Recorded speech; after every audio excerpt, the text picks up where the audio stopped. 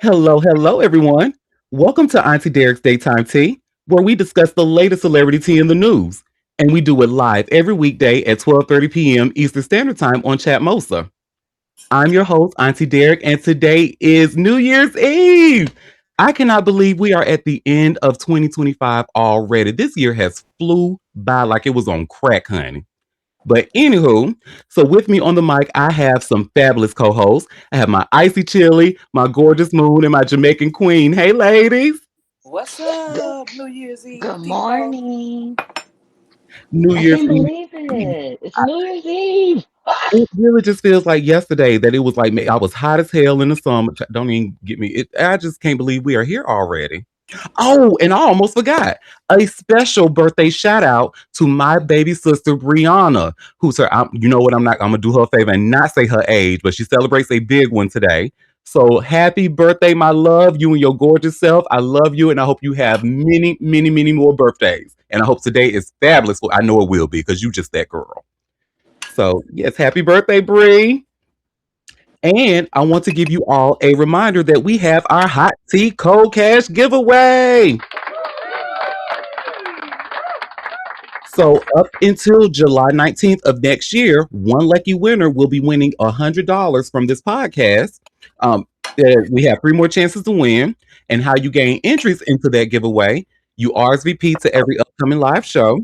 You can get an additional entry by attending that live show and staying in its entirety.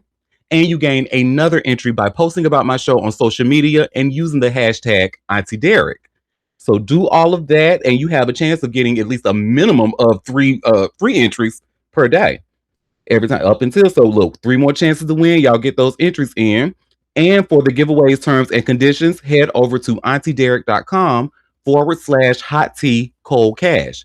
Again, that is auntiederek.com/hot tea cold cash. Again, get the look what Trick say in Players Club. It's money out there. Let's get it. Okay.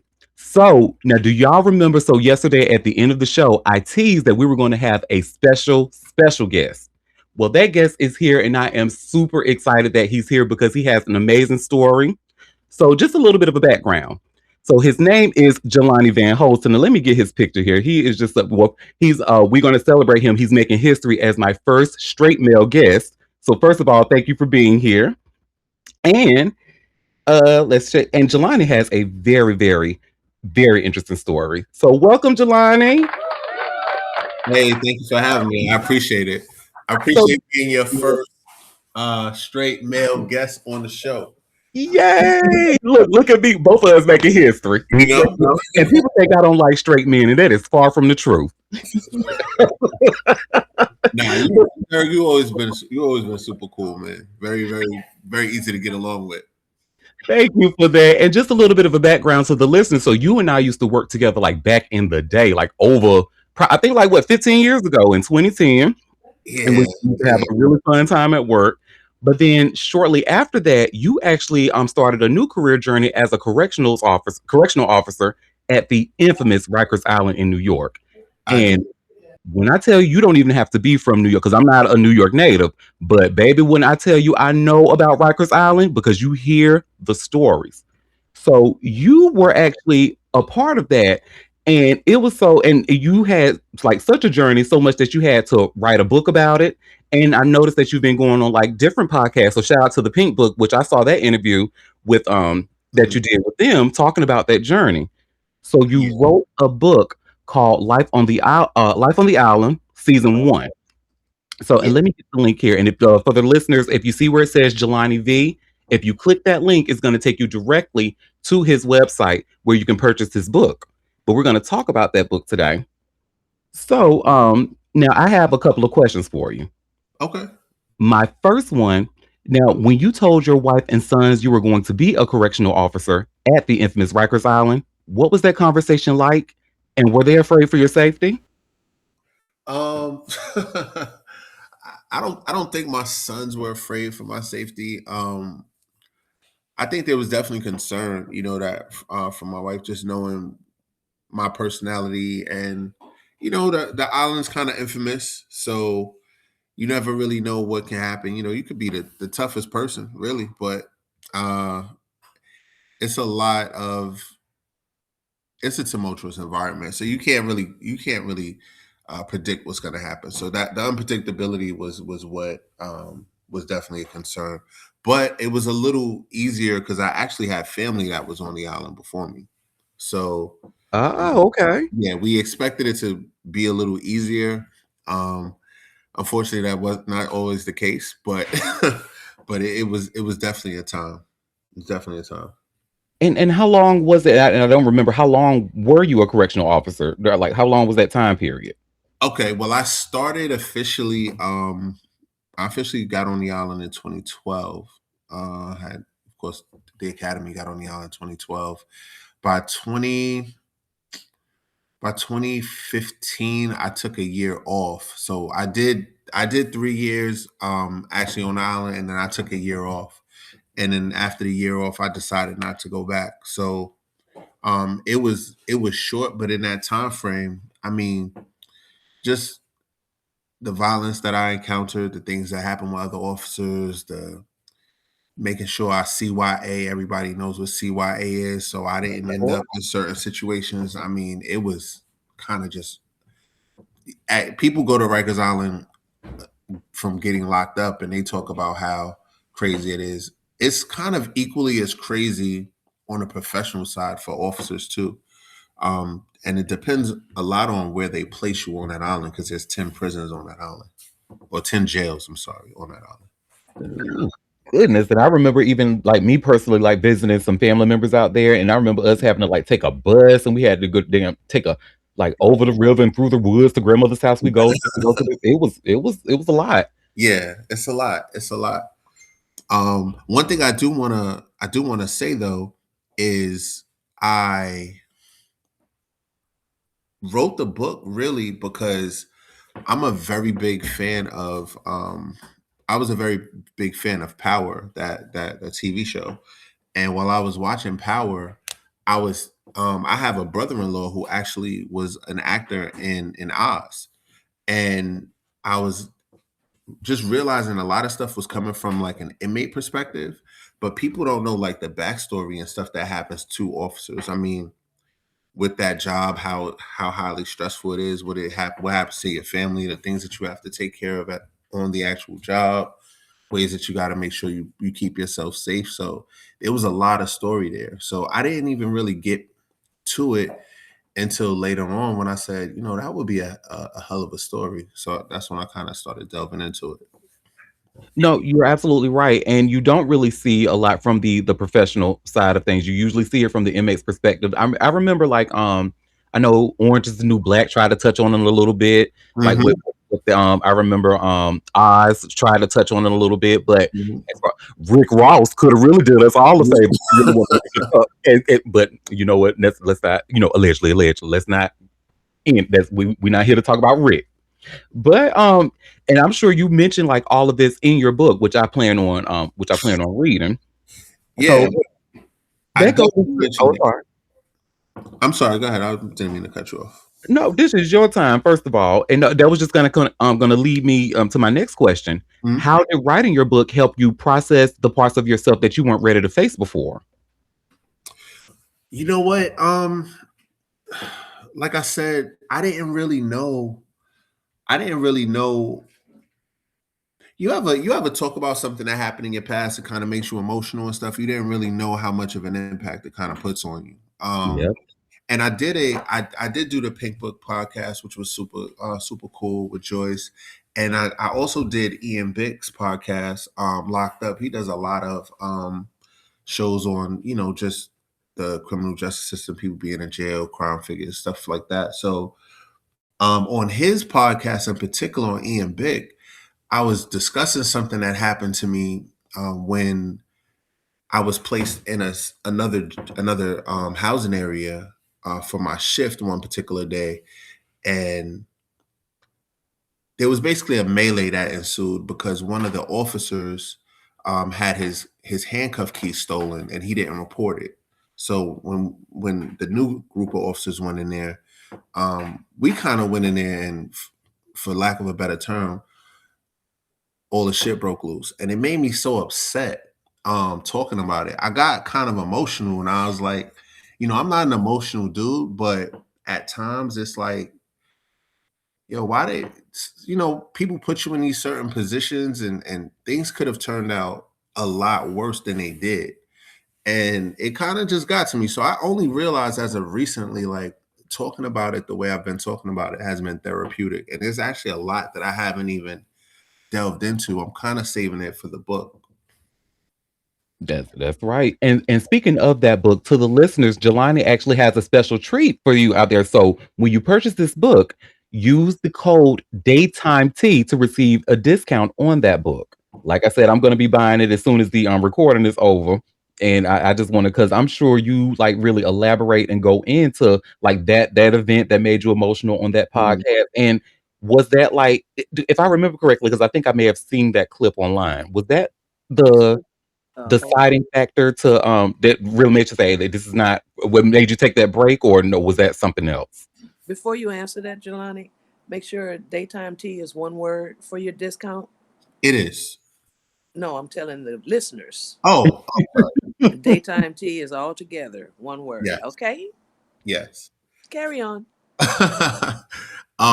Yeah, that was the deciding factor that made me leave because I'll tell this really quickly because I kind of have gone over this. A lot of times as a CEO, you get injured because you're having these altercations and certain things happen. It could be, it doesn't even have to be a fight. Maybe you're just responding to something, and I don't know, trip over something, hurt something, hit your knee, do whatever. So this one particular time, I had tore some tendons in my wrist because I was trying to let an inmate out of his cell that just happened to be stuck closed. Ouch. And yeah, so I was out based on recovering from an injury that I had on the job, and I had a physical altercation with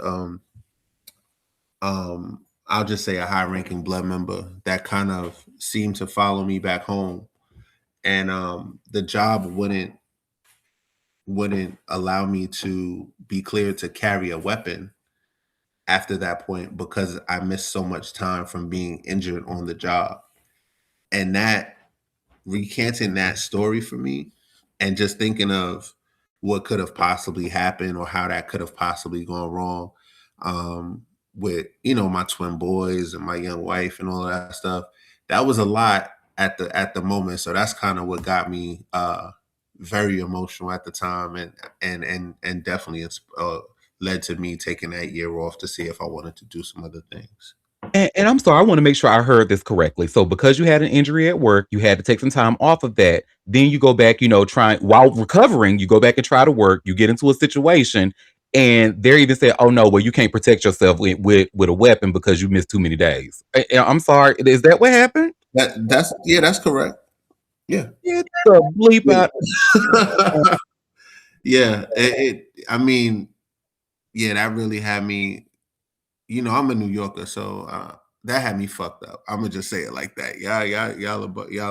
It totally had me off the reservation. I was like, okay, cool. So, you that's your first instincts. If anybody has kids, when your kids or your loved one is, you feel like they're in danger, like your most primal instincts come out at that point. It's like, all right, all gloves is off. So yeah, but I definitely put that in my series. Now, if I could say this, Life on the Island is something that um I'm pitching in a couple of months to a network because I really did it because I wanted a show. So my book is my way of further protecting that idea and kind of telling the story and giving people some kind of like a taste of what it will all entail. But I think people would be really entertained by knowing certain things that happen and getting more in depth with it. Listen, and my co-host and my listeners know this right here is right up a bitch's alley, honey. Because I'm already gonna read the book, but if you put this on TV, Oh oh, man. child, Hey, please. Derek, you might have to play this role because there was I had a blood house when I was on Rikers Island. So my whole entire housing area were Bloods on my left side. My right side was a different Latino gang called the Trinitarios. Well, they're Dominicans, but anywho, there was a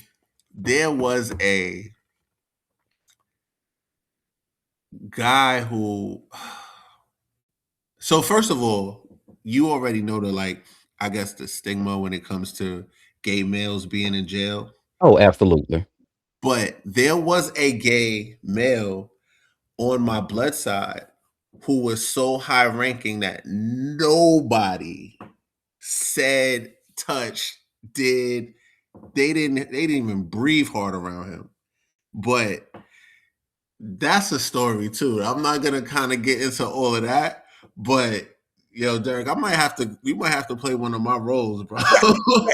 You think I should play that bad bitch? Oh, baby, I would be honored. I would be honored. When I tell you he broke all the rules, I've never seen an inmate in jail a gay male in jail on a blood side. He's wearing spandex. He got his hair in pins. I'm like, what is going on? But they did not mess with this dude. They did not mess with this dude at all. It's so crazy. And I just thinking about it while I'm talking to you now. Like, yeah, okay. That's Well, good. We're in touch though. y'all, all right. Well, y'all heard it here. When y'all see this, look, you know I'm gonna bring it. Well, and we actually have a question in the chat for you. Oh, So, what's up? they say, can you share about what surprised you on your first date, and did you come home excited or exhausted? So so I'm a little bit of a like I wouldn't say adrenaline junkie, but that's kind of like somewhat describes my like I like tough, challenging situations. It keeps me personally engaged because anything that um any just boring stuff just bores me. I mean, so when I went to jail for work and I saw the environment, the challenge of it was like exciting. It was like, damn, yo, this is where I'm gonna be working. This is what I gotta get used to. These are the type of people. This is the schedule. Um, I'm looking in your chat. I'm seeing people ask about Diddy. I don't know. I wasn't there. I can't say anything about Diddy, but no, it was definitely exciting. And like we said before the interview and stuff started, people really make your job worthwhile. So you have good coworkers that um make it bearable, very bearable places. The only downside is while you have good coworkers who make it a place that you can work and see yourself, you also have those coworkers that can make it hell for you as well. So it's kind of a double-edged sword. Yeah. Yeah, and just a little note. My listeners know Diddy was not there because we talked about Diddy like endlessly on this show, and they know Diddy was between Brooklyn and New Jersey, not at Rikers Island. Yeah, definitely. Well, and you've actually kind of answered this next question already, but because and the reason I wanted to put this question in here is that because a lot of people don't know that you also are a rapper. You go by your rap name is Casino. It used to be like when I started, following your music, you were Harlem Casino, but I think you've shortened it to Casino. Yeah, So, like, well, I don't even, what, it's funny because I don't really even call myself a rapper. I mean, it's cool that you said it. I'm fine with it. I like when I turned 40, believe it or not, I'm 45. But when I turned 40, my sons were in college. And I had just did 3 years of running a mentor program and an AAU basketball team. what? Yeah, so I did 3 years in North Carolina doing that to kind of really just be close to my sons to make sure I was able to kind of raise them and be, I guess, one of the most influential people around them, so to speak. Um, so once they went off to college, I started pouring into myself, and I got a role in a film called Quiet Thorns in My Flesh, and I had a chance to do and compose some music for that film. Look at Yeah. you. Yeah, so I'm waiting for that film to come out next year. But with that being said, I did it under my old rap moniker, which was Casino. So I just did a project. It was really fun to just do a project, and I'm looking to get songs in movies and video games and commercials and stuff like that. So yeah. Yes, and I did call your rapper and I said what I said. Look, I don't want no smoke with you, D. I don't want no smoke with you. Yeah, and you just answered that question because the question was going to be, will the journey continue? Or because the question was, will the journey continue with another season? Because we have season one here, and then I said, Oh or will it expand to music and film? no, it's gonna continue. The book is gonna have 4 parts. So the reason why they're written in seasons is because that's how the show will be. Um, Ah, okay. so I'm kind of laying out how the show will be with my book. It's a digital download. It's a really cool read. I put a lot of things in that season one. I'd actually talked to my wife about how she felt about some things because my wife has a uncle who unfortunately passed away a couple years ago. Rest in peace. Who is known as the King of Disco, and he's a very flamboyant, very flamboyant dancer who used to just do the hustle and do all of the dances in the 70s and stuff. And he was in a couple movies, and I ran into him in Rikers too. So that was a thing because when you have family members also, you're supposed to report them because they could compromise you, so to speak, as an officer. So I kind of go through that as well. So it's a lot of, man, it's a lot of twists and turns in this story, and I just hope y'all enjoy it. I know I am. Look, I already know. Look, because I'm enjoying the little summary that I'm getting. Yeah, Right. Same. I'm yeah, like, I might have to make an exception. I haven't been reading because I'm in school, but I'm like, you know what? I might have to yeah. get a little bit of this.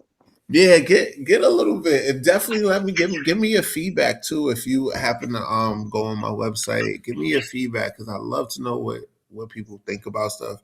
And I'm a person that I feel the truth comes in bluntness. So you don't have to sugarcoat anything with me. Like, hey brother, this was good, but you needed to draw this out a little bit, or this Right. like I'm with all of that. So yeah. I can totally see this on the TV screen and being, riveting TV. Yeah, I can see definitely. that. Yeah. I agree. Yeah. And that actually goes into this question that we have in the chat that says, do you watch movies or TV shows that depict your job, and are they mostly accurate or too sensationalized?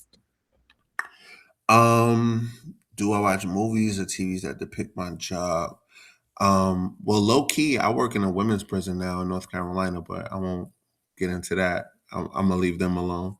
Um, but no, I've honestly never seen a show that depicts my job from the viewpoint that I would. It's always what's happening with the people who are locked up or the offenders, or what kind of stuff they got going on. And it's a lot of, I'm gonna just say it's a lot of dirt. It's a lot of stuff that happens behind the scenes in law enforcement, period, point blank. I mean, we all know that the system is not built for us anyway. So it's a lot of things that people do to that just, for me it kind of at times makes me upset. Like I told a story about how good I felt because, like I just told y'all, I have ran a mentor program, an AU basketball team, a mentor program called the Carolina Kings for 3 years.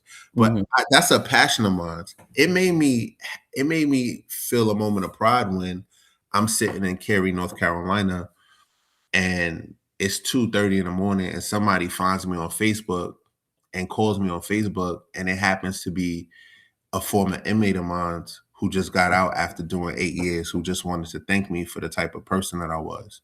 Like things like that are kind of, for lack of a better term, and even sounding corny, there's things I kind of live for. Like I want to be impactful. I want to be able to say, "Yo, I helped you out," or "I did something that made you change your point of view." Like I have a frame in my house that has all of my old memorabilia in it from Rikers Island, and two things in particular are in that frame, and one is a letter that a inmate wrote to me kind of along those same lines, like, "Yo, V, I appreciate," because they used to call me Van or V, and V, I appreciate you, the type of dude you were, as far as, because I didn't go to jail to beat people up. That's not what I'm here for. I didn't go to jail to beat people up. I didn't go to make your time worse. I went to do my job and I went to go home. That's my mindset. And then you run into those officers who are really good officers who are along those lines. And then you run into those other officers who are really like dirtbags. And you're like, you know what? You a dirtbag. I don't really rock with you. And you have to know what you're going into, especially Rikers, because there was a officer that took over when I left my post, and he actually was on TV for quite a while. I don't remember his name, but I don't think I would shout him out anyway because it wasn't a good thing. Like the inmates tried to kill him when when he took over my post. Oh wow. They literally held him from behind and tried to cut his neck with a razor. Oh my God. So you got to know what you're walking into when you're dealing with these dangerous environments. And I just want to say, you getting that type of feedback from, the inmates that you've worked with and stuff. I don't think that's cheesy at all. In fact, I think that's what, and I always talk about, what leadership looks like. And if we're going to say that the straight black men are the leaders of the black community, then we need to start, putting pen to paper, putting boots to the ground and doing it. And you are doing it. So yeah, shout out to you. Yeah, no, I appreciate that. Thank you. And we have Moon, you got your got a question? Yes. Sorry.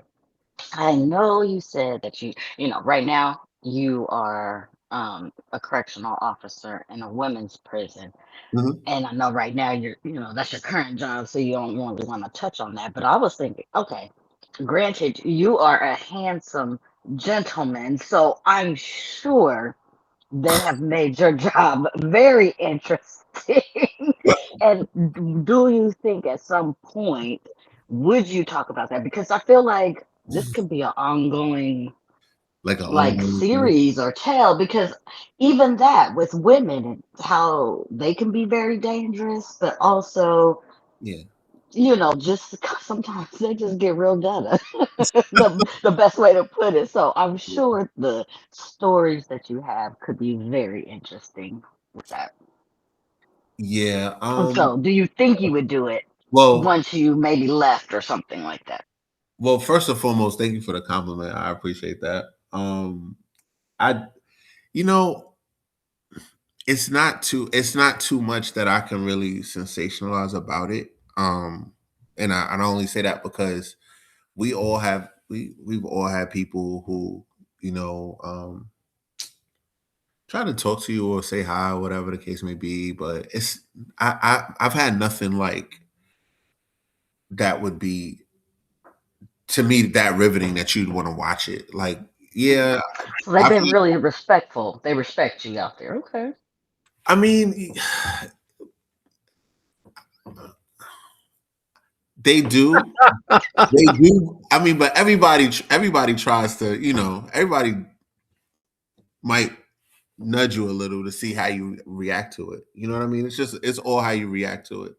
So, and then at the end of the day, it's really crazy for me because my logically, I'm like, if you mess with an inmate, you telling me I'm gonna give up my whole salary and get fired and possibly go to jail for messing with? Nah, man. For some prison pussy. Are you kidding me? I'm gonna lose the wife, my salary, to this for that. Your No. children will be looking at you sideways. You, Let me tell you. that sounds so like it's so off balance.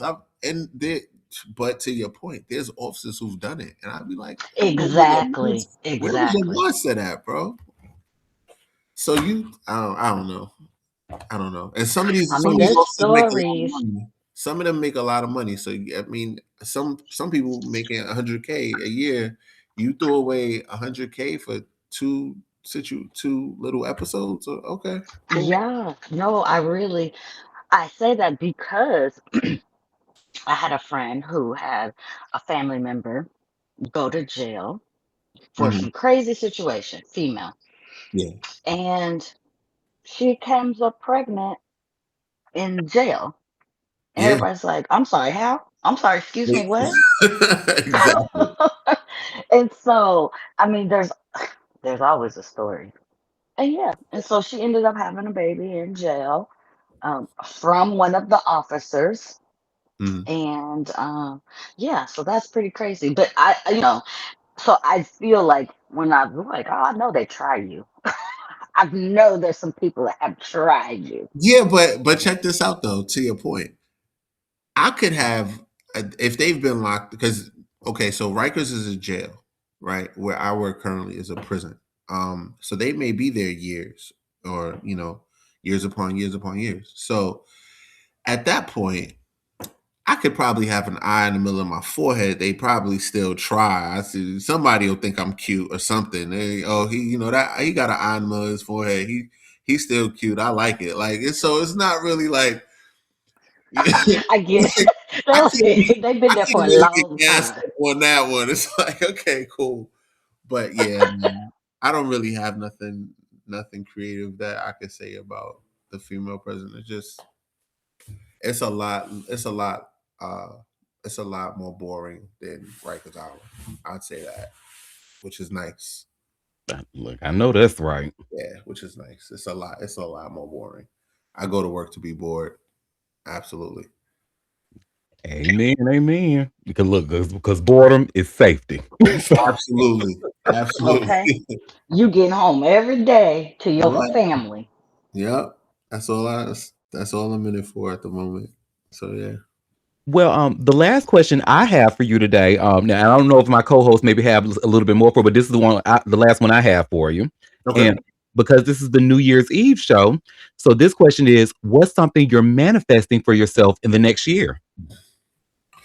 Um I'm manifesting I'm manifesting this show. I really am. I'm manifesting a show, Life on the Island. I'm going to take a couple of meetings with some network people and I wanted to initially rub shoulders with the 50 Cents, the Remy, she has a new network, the Dame Dash at a point in time. I wanted to rub shoulders with all of them. But after praying about it and kind of just thinking about it a lot, I wanna develop my own. I kind of just want to develop my own. So like I have people who say, "Yo, try to get at Tyler Perry." Like I went to Atlanta a couple years ago. I went to Tyler Perry Studios, and it was gorgeous. Like it was so impactful seeing it. Um, it was so inspiring. But I want to really build my own. So I think I'm going to focus on that. Yeah, but I definitely the know that's show. right. Yeah, And I have a couple of ideas for we'll talk offline and stuff like. But yeah, I certainly want this for you because just like Moon said, this is something that, especially the way you're talking about it, like shit. Not only do I want to read this, I want to see this. I want to see like a dramatization of man. Yep. Yeah. Yeah, and I'm ready to let all the beans out the bag too. I'm getting anxious myself every time I think about it, or like right now I'm reading season two, just getting that ready, and I'm like, oh man, do I want to go into this now? And I'm like, yeah, just go ahead and do it. Let's go ahead and get it. let's So go. yeah, Well, again, so now the actual website is nylifeontheisland.com. correct. So now if you click where it says Jelani V, it'll take you directly to the page where the book is, where you can immediately add it to your cart and buy that motherfucker. And use the code daytime tea, all one word, for an additional discount. Thanks to our this king here. My co-host has approved you. They said you are very handsome. Um, Okay. where can the people find you? Like with socials and stuff. Got you, got you. Well, Derek done already outed me calling me a rapper, so you could I'll I'm on Instagram, of course. Broadway Casino is my Instagram. That's what I do a lot of my music under. I show some of the films that I've been blessed to get in. It's only been two, but I've started because I'm a person who I tell my sons every day, you could do whatever it is that you want to do if you put your mind to it. So I can't not live in that way. So whatever dreams and aspirations I have, I'm going for it, and I post a lot there. I don't do a whole lot on TikTok, but Broadway Casinos on TikTok as well. But I definitely will be keeping all the information on my website. So if you go to nylifeontheisland.com, all of my updates and stuff will be there. Oh, thank you for that, Jelani. And Chili, I believe Chili has something to add. What's I up? do have one question. Do you feel like the violence is less in the women's prison as far as danger to the guards? And I mean, I know they can be dangerous, but do you Mhm. feel just a little safer on the women's prison side? Yeah. Yeah, absolutely. Not to underestimate. You don't want to Oh, I underestimate get it. anyone, because we got death row inmates that are there. So Right. I mean, you can't underestimate anyone. But I do feel like New York has more of a culture of violence as to where North Carolina has more lesser. It's not, Okay. and then women aren't as naturally aggressive, I think, as men are. See, we have a lot of things that you almost don't even have to say anything. You could get into a fight just by Right. doing certain things. It's like, oh, okay, and that's how you feel, or you doing that, and we'll have a whole conversation with ourselves, and then it's a fight. And you gotta certain things you gotta pick up on. So yeah, I do feel like it's a lot less violent there. Okay. Yeah. No, that's right. And we have a comment that says, it says, "Don't despise small beginnings. It's only up from here for you." I know Uh, that's right. definitely, definitely. Hey, Derek, your pod is dope, bro. Your panel and your cast, everybody is really warm here and welcoming. So I definitely shared you on my socials so some people can look it up. But yeah, uh y'all keep me in mind. If y'all purchase the book, if you so see fit, I appreciate it. And when y'all see the show come up, y'all already know. Hopefully y'all come on this journey with me. We Oh, definitely coming up. We hijacking. Look, we jumping on that train. The All train is right. moving already, but we jumping up there because we want to Yeah. be we part gonna of. make our own caboose. We gonna be on there. Okay. And you better come back and tell, you gotta come back and come to the show and do another one, if especially if that's the case. Yeah, when the show comes on, I will come. I will definitely come on the pod, and we could maybe like do something where we launch the first episode on the pod or something like that. Hey, let's do it. Yeah. Yeah. So hey, Ashley Pooh, what's up, girl? And no, Camille, unfortunately, I'm not audio yet. I am on you can find me on Amazon Kindle, but that is still a digital download like off my website. So it's kind of that's those are the only two. But I am expanding to audio as well. So not yet, but soon. It's in the works. Work. Yep. And I think Ashley has a question. I I just wanted to say thank you for sharing. Everything has been so just interesting, and I want to thank you as a guest, and thank you, Auntie, for um opening our eyes to different experiences and connecting with us with so many interesting like people, and keeping us engaged in ways that allow us to take information from your show and make the world more informed. Um, like your commitment to that level of excellence means a lot to me. So just wanted That's to. what's up. Girl, look, okay, you gonna make me cry to the new year now, girl. That's Stop what's up. there.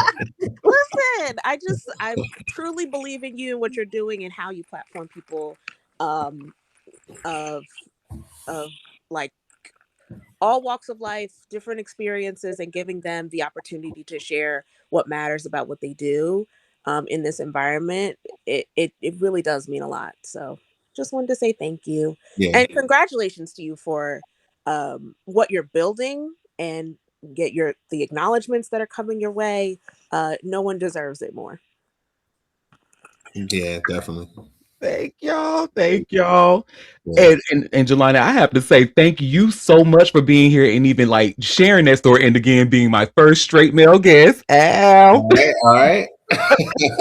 I, re- I remember back in the days, you used to be like, "Oh yeah, he's with the straights." I would be like, "Oh okay." Like, no, we don't hold it against him, but yeah, he's with the straight. Yeah. But the wife definitely told me to tell you hello as well. Hey, everybody that was here, man. I hope y'all have a blessed and a safe New Year's as well. Thank you. Same to you. Now, we are about to jump into the tea, so you are more than welcome to stay with us, but I know you are a very, very busy man and probably have to get going. I do. I do. Thanks a lot. I appreciate it, Derek. Thank you. Thank All you. right, y'all. Bye, y'all. Bye. Bye. Did I not tell y'all was going to adore him? Jelani. Yeah. Seriously, Look, and he. he Oh, is go ahead. well spoken. His pronunciation was elegant. Ooh, that's a nice black man. Yes, indeed. He is. He very much is. Leadership. This is what black male leadership looks like. And this is why I wanted to have him on the show because one, just like Ashley said, his story is this was one hell of a story. And I totally forgot because I knew about the coaching that he did, but it's totally slipped my mind. So I'm glad he brought it up. So shout out to that king. Well, y'all, we that was a wonderful interview, but we can go ahead and just go ahead and get straight messy, honey. Let's jump into the tea. Oh, the message tea time. Well, yes, and you know what I like to start off with. Diddy knows. Well, Well, it is very appropriate for today. very much, Follow and up to prison stories. yup. Well, this one is actually about his home, the home that he had over there in Los Angeles. And y'all see, I just shared here by way of all hip hop. Diddy yanked $61 million freak off estate off the market in Los Angeles. So, Diddy has withdrawn his Beverly Hills estate from the market over a year after federal agents raided the property and prosecutors tied it to a sex trafficking case. The 10-bedroom mansion, once listed for $61.5 million, was pulled from sale earlier this month, according to Realtor.com. Diddy tried selling the home following a March 2024 Homeland Security raid that uncovered a cache of weapons, rifle parts, sex toys, and more than 1,000 bottles of baby oil. The search was part of a broader investigation into what authorities described as freak-off parties allegedly hosted by the hip hop mogul. Prosecutors claimed the residence served as a base where Diddy used his power and prestige to abuse, threaten, and coerce women. The mansion purchased by Diddy for $39 million in 2014 became a central location in the case that ultimately led to his conviction. In September of 2024, just days before his arrest, Diddy listed the sprawling estate for sale. By then, he was already under scrutiny for a string of allegations that accumulated in charges of sex trafficking and racketeering. Diddy was sentenced to 4 years in prison, as we know, after being found guilty on 2 counts of transportation to engage in prostitution. He is currently appealing the sentence. In related news, Diddy's stupid ass sons, Christian Combs and Justin Combs, are front and center on a new Zeus Network reality show focused on the federal raid and criminal case tied to the case. The series tracks their reactions to the 2024 Homeland Security searches and the sex trafficking and racketeering trial that followed. Zeus frames the show as raw access to how the brothers are handling the public fallout and legal pressure. The brothers announced their project after 50 Cent's Netflix documentary, Sean Combs The Reckoning, posted strong numbers following its early December release. The 4-part series ranked number one in several international markets for almost a month. Netflix data showed the documentary pulling in millions of views within days, driven by interest in the federal case and civil lawsuits tied to Diddy. And I hate to say it, but that's why I'm gonna be watching that Zeus documentary. I don't. I think they dumb as hell for doing it, but I'm glad they dumbasses is doing it, and I can't wait to see it. He say I'm gonna need that back. Yes, honey. But yeah, so now that's home is. I mean, we kind of. I mean, I guess we kind of knew that that was going to happen. Cause well, do we even? I was going to ask a stupid question. I was going to say, do he even have the money? Of course, he has the money, but like this was like a big part in getting him those charges. So I guess maybe he wants to get rid of that and put that thing back on the market. Honey, who gonna buy that? That's almost like somebody trying to buy what's his name? Jeffrey Epstein's island. Like, cause you remember how Pedophile Island was on sale for the longest, and people was like, well, like, would you even feel right buying that? Yeah, I wouldn't feel right. Even if I had the money, I don't know if I would feel right buying it. Too much negative energy in the house. I don't know. Yeah, I mean, look, it would have to be bulldozed down. We'd have to do a huge sage process. Like, I need all of that Look, honey, we gonna cleared call out. Tell Marcia to get on that WhatsApp, honey, and call. Look, I know one of your people got the connection to the Obia lady. Tell that Obia lady to come here and pray over this house. Look, Clear out all them spirits and them negative No. energy, Oh no, and that then give me a whole new building. ain't no enough obeah to get off of that. That That's true. ain't enough obeah. People can that But place I can see somebody be buying Diddy's follow up house. because no Turks and Caicos have a lien on it because of the taxes and stuff like that. That he bought the land through a non-profit. Mm, This big lawyer that was a part of the purchase and all that, and bought through the nonprofit. So you know how them people know what to do, so they don't have to pay taxes and this, that, and the other. So it turned out the nonprofit was fraudulent. So Turks and Caicos got a lien on them. At first, wait. Now I put my hand up for Diddy House. So he put it for sale when he got arrested. Yes. Let me see. No, was it? I think it was. It says following Diddy tried selling the home in March of 2024, but I guess maybe he was unsuccessful. Um, he bought the home in 2014 for $39 million. Mm-hmm. Um, yeah, but it looks like it's still being. Oh, let me see if it's still on Realtor.com. They have the link in here in this article. Let me see if it's still like up. Well, I heard that they were trying to get domestic violence charges against him. I don't know how true it is, but the Jamaicans, if they put it out there on the street, somebody hitting a drum. Mhm. I wouldn't be surprised by it. And no, this article doesn't have the actual listing. I thought it would. Oh, okay. Lord. Mm-mm-mm. I, t- Well, I went, Auntie, I saw the picture of him when he went to. His hair is white like Duppy scare him. yes, unfortunately, he can't call Is his stylist to, do the little touch up. And I how don't think he can buy just for men at the commissary. I know. How old is he? 50? 55, I think. 55 and he had that white? Duppy Look. scare. yeah, shit, I'm damn near white. Oh no, He he's just been 56. covering it. Mm-hmm. He 58? 56. 6. Oh, 56.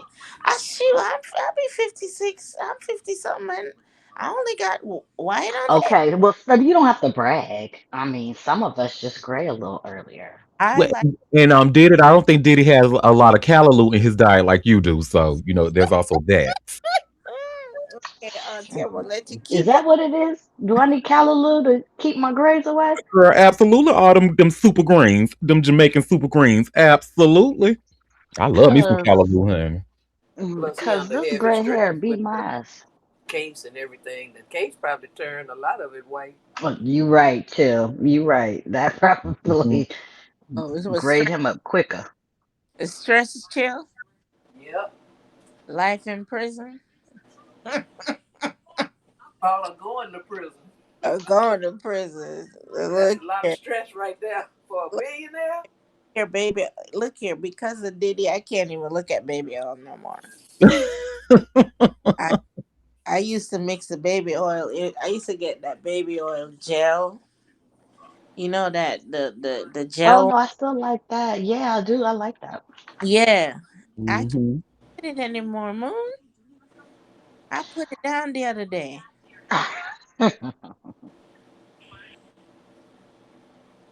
Mm-mm.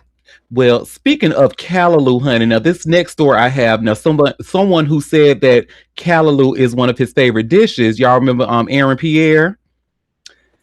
Well, baby, him and Tiana Taylor, that fake relationship they had allegedly is done. And No. mhm.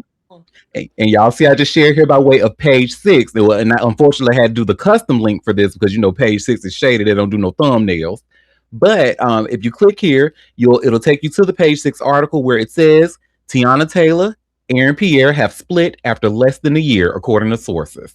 Damn it. He probably got a look. Let me be here. Well, I don't know, Marcy. He is he Jamaican. And now okay, touche.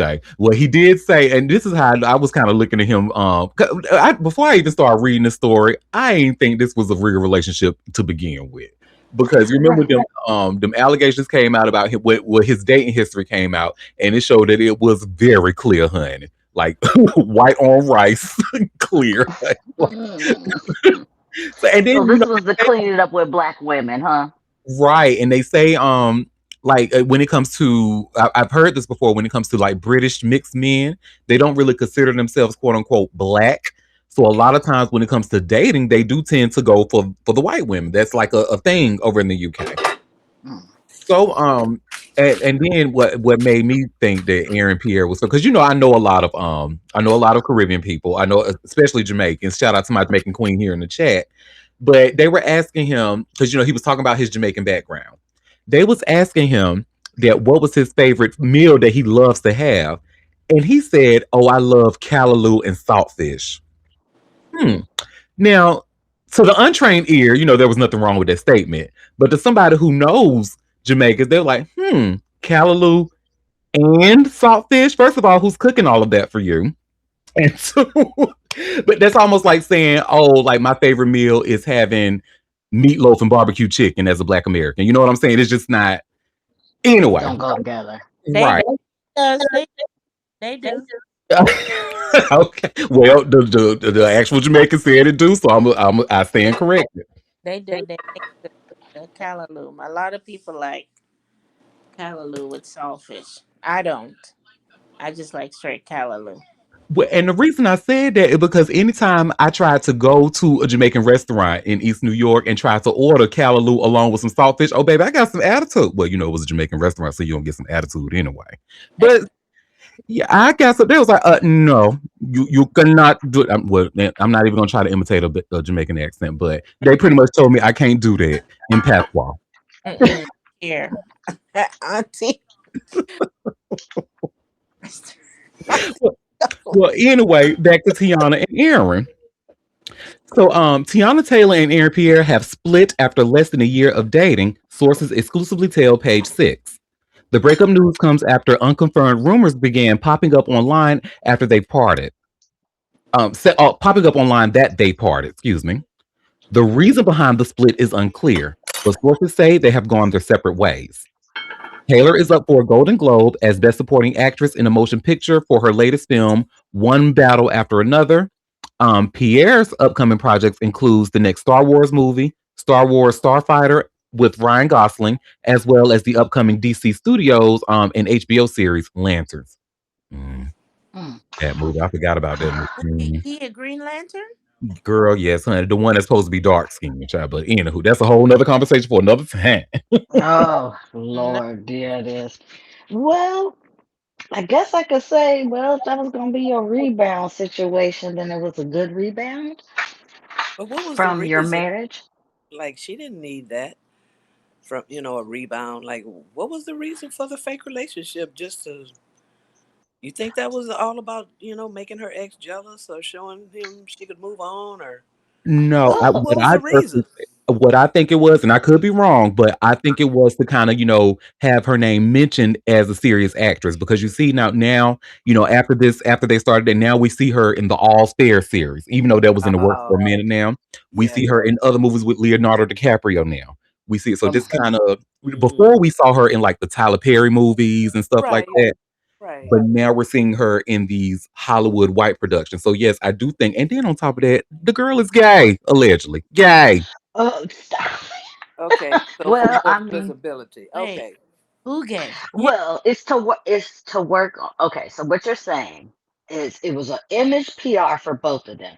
Him Hmm. to get black women like off his helmet, Hmm. for her to be taken seriously in the acting world, and um that's it.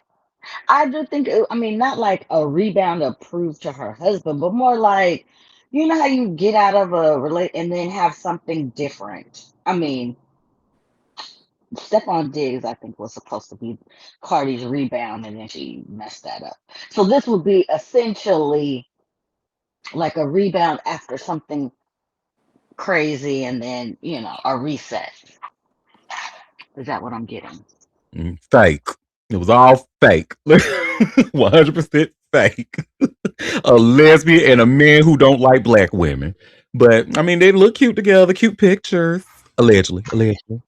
Well, those aren't alleged cute pictures. They're cute pictures. No, I'm talking about them. Her being gay and him not liking black.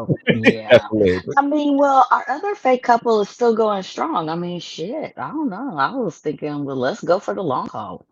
I know that's right. Go ahead, Jamaican Queen. She allegedly is gay. Okay. Girl, yes. And so there was back in the day, back when Tiana was like especially when she just first turned 18. Because remember, a lot of us were introduced to her from MTV's My Super Sweet 16. Then when she turned 18, honey, the girls, the word on the curb, discovered her downlink profile, honey. Now, for those of you who don't remember what downlink is, honey, so downlink was a website back in the day where the girls who like girls, they frequent that website. So she had her profile on there on downlink, honey. There's nothing wrong looking, Auntie. I went on downlink too. I And you always and you stay out of heterosexual business, right? okay. I ain't have a profile, but I I was think look. she, I think she's bi. She like I it both. Yeah, right. I Well, don't think she's into men at all, honey. Well, I, she had babies, so it happened. I think she is strictly clickly. She had them babies for their image. Look, we have a couple. It's the way I have to say it's downlink, downlink, honey. look here. I agree with Moon. I think I don't know, Auntie. I'm coming from with you giving me advice on going out No, the I just don't see it. I don't see her with men. But yeah, of course, yeah, yeah, she had to have the babies. But lesbians have babies all the time. But oh back. no, But she I got them never. the old-fashioned way. And Okay. especially when she was married to Iman and stuff, and then when they had the cheating rumors coming out, and that girl was not distraught. She was mad that he was in somebody else's pussy and not hers because she wanted pussy too, allegedly. So I don't know. We have a comment. Never heard of downlink. Of course you haven't because you're not gay. Look, Not because you're not gay. I mean, it's working. I can't even so I laugh. if mean, I've Tiana heard Taylor of was gay, she Grinder, also and would I'm not have heard of gay. downlink. I never heard about the lesbian website. Oh, that's cute. I, Hmm. I like it. I heard about it and I went and looked. I had nothing to do, so I was looking. But I feel like she like both end of the popsicle. And go on, baby. If you want to lick this way and lick that way, do you, boo? And I Hey, I don't know about him because you write about Heath and Jamaicans too when they light skinned. look, you said it, not me. It's true. You got Jamaicans who can pass for white, and they Mhm. be trying to pass, but we be there to drag their ass back and tell them, "Me know say you're Jamaican and you're black. Move and go away." So Girl, just really quick though. So, how do you feel about Sean Paul, girl? Because that news actually gagged me, honey. I was like, "Oh!" This whole time, I thought he was like maybe mixed race or something like that. The And what word on is the he? curb, girl. The word on the curb is he's Jewish. Like white Yes, Jewish? yeah, yes, yeah, He's but there's him. a lot of He's not mixed. no, no, no. What? What? yes. How? No, what is with you? Dad? I'm confused. What you mean? Sean Paul, honey. Sean Sean Paul, one. Paul is Jewish. But is he Jewish biracial like Drake? No, No, Jewish like white. Jewish like white. Huh? How? Yeah. Hold on, let me because they had an old picture. I cannot believe. I'm So so confused. he You done Jewish fucked me up. cosplaying as Jamaican? Is that what you're telling me? Yes, but look, he grew up. There's a lot of Jewish people in Jamaica. Oh, And But oh. he looks I, biracial. I'm so confused. I swear to God, if I could reach through this phone and pinch Moon, I would. I'm I'm Okay, pinching. just I'm let me just distraught here. There's a lot of Jewish in Jamaica. We have a big Asian population. Hmm. We have a big Indian population. Hmm. So he did grow up in Jamaica as a child and going to school. So we took him under our wings. We accept him. So we make him give him the light and pass the blow. Mm. Well, that answers my question of how you feel about it. So this is a older photo of him. Do y'all can y'all see that? Hold Where on. you can kind of Where? actually see his features. Look, we have a comment. Moon is in shock. All y'all in shock. Y'all like, Hell yeah. What? I'm like, this man ain't biracial and he just a white man? What in the hell? I'm not in shock. I Well, was because a you from little bit. Jamaica and you been new. I didn't know. Why Yeah, can't I I find thought this he was at one? least mixed race for real, like at least black and Yeah. white. But Mm-mm. you didn't see his children? No, I ain't see none of Yeah, that. you're right. No, baby, them children. Let Them, me be nice. I don't want to talk about people kids. Let's them just say that children they it's very bright. is very white. Okay? White, white. Let When me the see if I can. Sean sun Paul turns. kid. Let me tell you, he on that album cover giving biracial. I mean, he is really giving biracial. Oh, you see the kids? Hmm. Hmm. Oh, I see his looks over the years. Okay, that's a bit much. And, and, and really, as a Jamaican, as a performer, he is weak. He's not even. Well, hold up now. Well, okay, I guess you're right because I think it's mostly Americans who was really rocking with him. Yeah, like he I can't. mean, If Beyonce, we had a good time with him. he go to like a dance hall fest, ain't nobody calling him up and giving him the mic. Even his brother looks biracial. What the fuck? I'm confused. This is too much for my brain. This is too fucking much. Aaron Pierre, look what you did. Moon says she is still confused, Jermaine. Because Look, I'm like, how is this white man even looking like a fucking biracial? What the hell? he took that really fine hair and put that shit in some cornrows and wrapped the band around it and then did a song with Sasha and Beyonce. And that's just kind of hey, it did what it needed How to is he do. getting a tan? How? What? I'm irritated. Like, what the fuck? And we have a comment saying Sean Paul is Paul Christopher. Well, yes. Mazel tov. Let's give it a light and the blow. What Look, kind just give me of the was brisket, honey. Just give me the dreidel. Let me Mm-mm. start. German? Hey, hey, Auntie, did you hear what Moon said? He not like the Canadian rapper. What's his name? Oh, her Miss Drake, honey. He not like Drake. No, he not like that. He's. So Drake at least does have the black father from what we know. No, Sean Paul Okay. very, yeah. It says he's Jamaican with diverse heritage, including Chinese, Portuguese, was it, how do you say that? Sephardic, Jewish, English, and African roots in Bonnie. Ain't no Africa in there. He all I don't know what that's up there. That's what it says on the Googles. His father is Portuguese and Jewish. So Spanish and white. Okay. His mother is English and Chinese, Jamaican. But they keep trying to add this African It don't. ancestry. You see, I They work, are honey. really working. No. At best, he's Chinese and Hispanic and English. He double white. Jewish is white. Sorry, I hate to tell y'all that, but yeah. Anyways, I really loved how y'all are gagged at this news. So I guess I'm glad I thought I like read it already. I hadn't heard that. I ain't keeping up with Sean Paul's ass, and now I'm like, oh, I just assumed he was biracial. Went on about my business. Yeah, he everything but black. Okay, all right, go ahead. We can move on now. Carry Look, on. we have a comment saying all that mix sounds like he's Filipino. Look, just give it a lumpia, honey.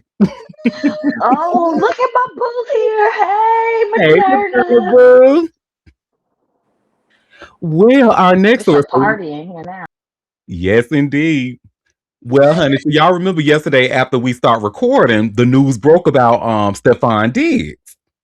So let's go ahead and talk about it. This is our next story. So I have Mm-hmm. this link here from TMZ, and you all should see where it says Stefan Diggs' chef claims NFL star slapped, choked her over salary dispute.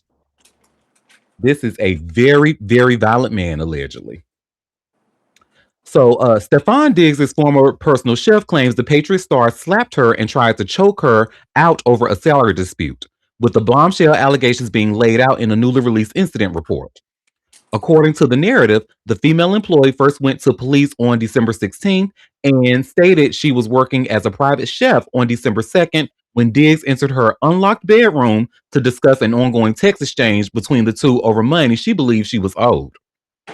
The woman claims during the conversation, Diggs became angry and smacked her across the face.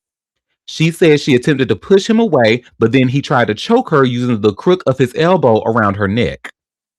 She claims Diggs was behind her with her arm wrapped around her, and she felt like she had trouble breathing and could have blacked out. When she tried to pry herself away, she claimed Diggs tightened his grip. The woman claims Diggs then threw her onto her bed and said something along the lines of, thought so. The woman told cops she continued to explain to Diggs she still hadn't been paid, but Diggs said lies and walked out of the room. When asked about documented injury she may have sustained, the woman claimed she had redness on her upper chest area but did not take pictures. According to the report, the woman claimed she was hesitant to come forward due to Diggs' status as a member of the Patriots. The woman told cops she started working for Diggs in July and she was supposed to work for him throughout the 2025 season. She claimed she was supposed to be paid weekly, but it was switched to monthly instead, and she had not received a month's pay at the time of the incident. According to the report, the woman stated Diggs did not want to pay her for a week of work in November because her services were not needed. She said she disputed that, stating she did not request the break and therefore she should still receive her salary. After the alleged incident on December 2nd, the woman said she no longer worked for Diggs and she returned to his home to collect her belongings days later. He texted her to handle the dispute with his assistant. The woman claims the assistant then agreed to pay her as long as she signed a non-disclosure agreement, which she did not. The woman provided police with a series of text messages that document the exchange. On December 20th, cops spoke with the woman again, who stated she received a voicemail and text from a woman she believed to be Diggs' girlfriend, telling her not to make a big deal out of the situation, leading her to believe the receiver was aware that she contacted police. The report does not state whether the woman was Cardi B. The report states cops tried to contact Diggs directly on the matter, but were unsuccessful. On December 23rd, cops say they received an email from the woman expressing interest in moving forward with charges. On Tuesday, it was announced Diggs was charged with felony strangulation and suffocation and misdemeanor assault and battery. Attorney David Muir released a statement on the Diggs allegations, saying they are unsubstantiated, uncorroborated, and were never investigated because they did not occur. The timing and motivation for making the allegations is crystal clear. They are the direct result of an employee employer financial dispute that was not resolved to the employee's satisfaction. Stefan looks forward to establishing the truth in the court of law. Mm. Girl. I'm Mm, just saying, baby. So where there's smoke, there's fire. And this is the second time, the second story that we've talked about on this show where he was violent with the woman. Because remember the Mhm. last time it was with his ex-girlfriend Mulan Hernandez. Remember that we talked about Mhm. that? He hit her in the back of the head. Yep. mm. But Cardi carry a gun. So Don't give her that much credit, honey. That's This is the one who alleged. get I'm right. This is the one Allegedly, who we get don't know accused that. alleged, of getting caught up by Offset. So, mm-mm. allegedly she walked with a weapon for protection. Allegedly, okay. He know not to try to put his hand on Cardi. Yeah, I I think he don't think he knows definitely. that. Well, he would probably be more hesitant because of her status, but Mm-hmm. I don't think she's above him being violent with her if his rage gets out of control. But it would definitely have an impact. Exactly, German. And I think these professional athletes, a lot of them take these enhanced drugs to give them the strength and the libido to perform on the field and don't realize that some of that drug have different side effects. Oh, they realize they take them anyway. They Oh, know. okay. Well, I hope somebody whoop his ass. Mm-mm. He do the whooping and the bending, and then get his brothers to go jump motherfuckers and everything. Like this is a really, really violent man, and Carter really needs to watch her back, honey. Like I know for trying to real. to the to see if he got that eye. I need Hmm. I'm looking for a picture to see if he got that funny eye that Jermaine told me to look for. Damn right. They asymmetry, honey. It never lasts. That But is crazy. And for a woman to call her and tell her not to to pursue it and just let it go. Uh Why you think they did that? honey, where there's smoke, there's fire. Messing with that child support. If he Mm-hmm. get kicked out the NFL, there it go. Mm-hmm.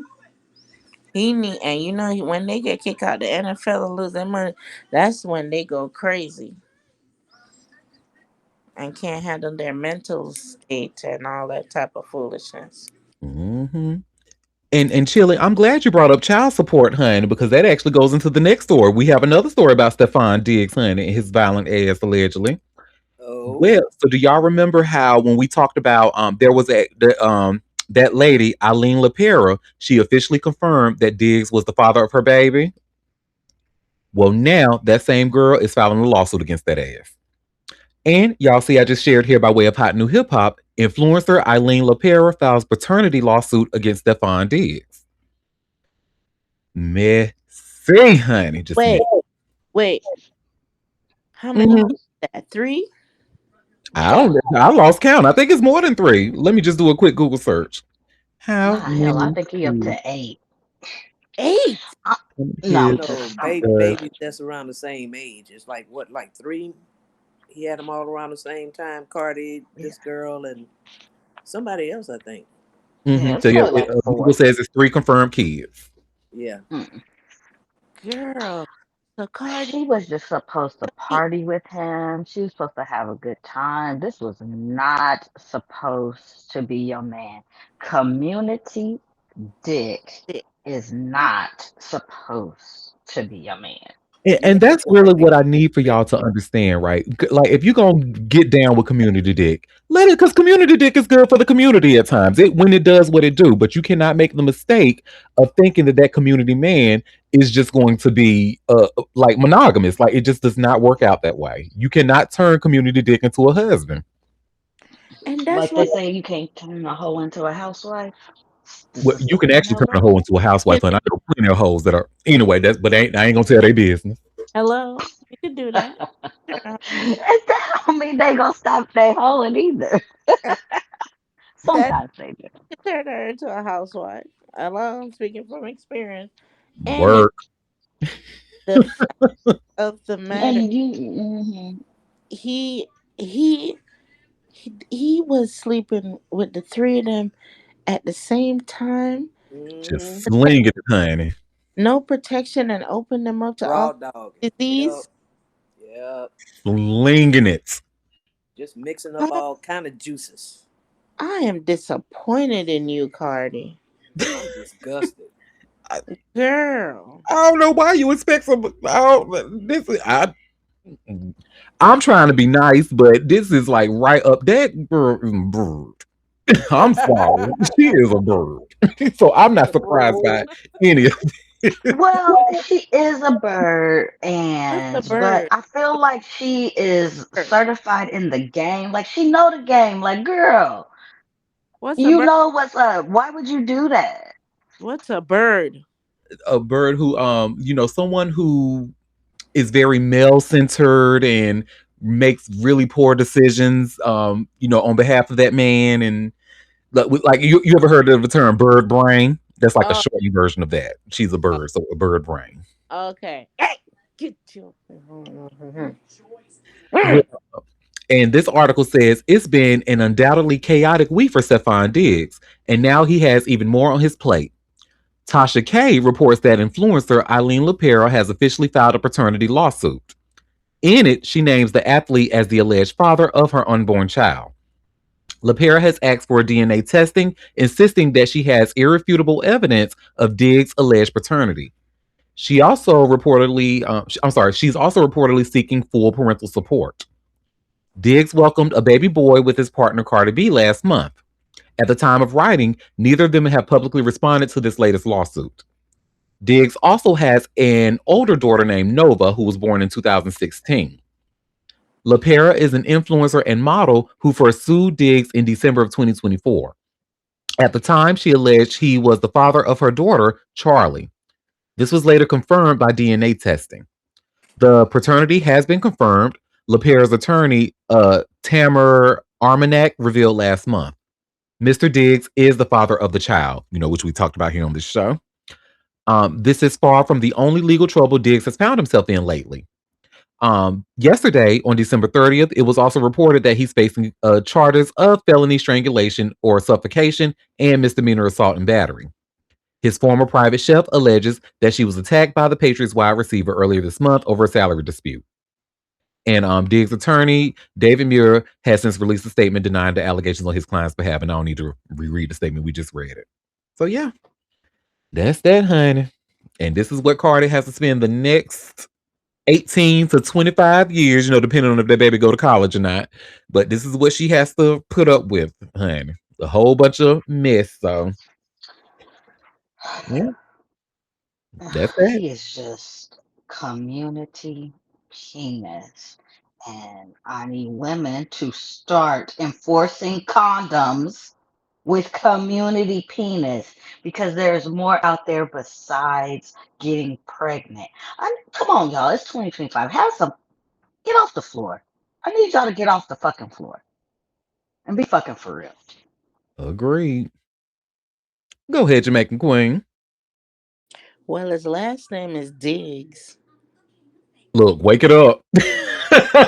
Wake it up. I mean, I think it's in the name. It's What Shakespeare says, what's in the name? it's I mean it's Diggs. And he, A But rose by any other name would be just as sweet, or whatever they said in Romeo and Juliet, honey. I'm telling you, like, so she knew he was community dick and took a ride on that train without any type of protection. Girl. I Oh, know. going to, I'm like, Moon, I am sick. Sick. This is. I mean, I really don't have words, but hey, this look. But however, because I'm such an advocate for women's reproductive rights or birthing people's reproductive rights, because I want to include, everybody who can give birth. I will fight for her right to be a bird. It's her pussy. She can do whatever she wants with it. So That is true, but child, get off the floor. We want better for you. I know when you say, I don't want better, but come on. But she Ooh. can I take care of know. her little birdies. Some of those other Mhm. women is looking for, to be taken Look care at of. here. Talk That's about it, Tia. big, She big she ain't difference. gotta worry about no damn child support. No, she'll be okay.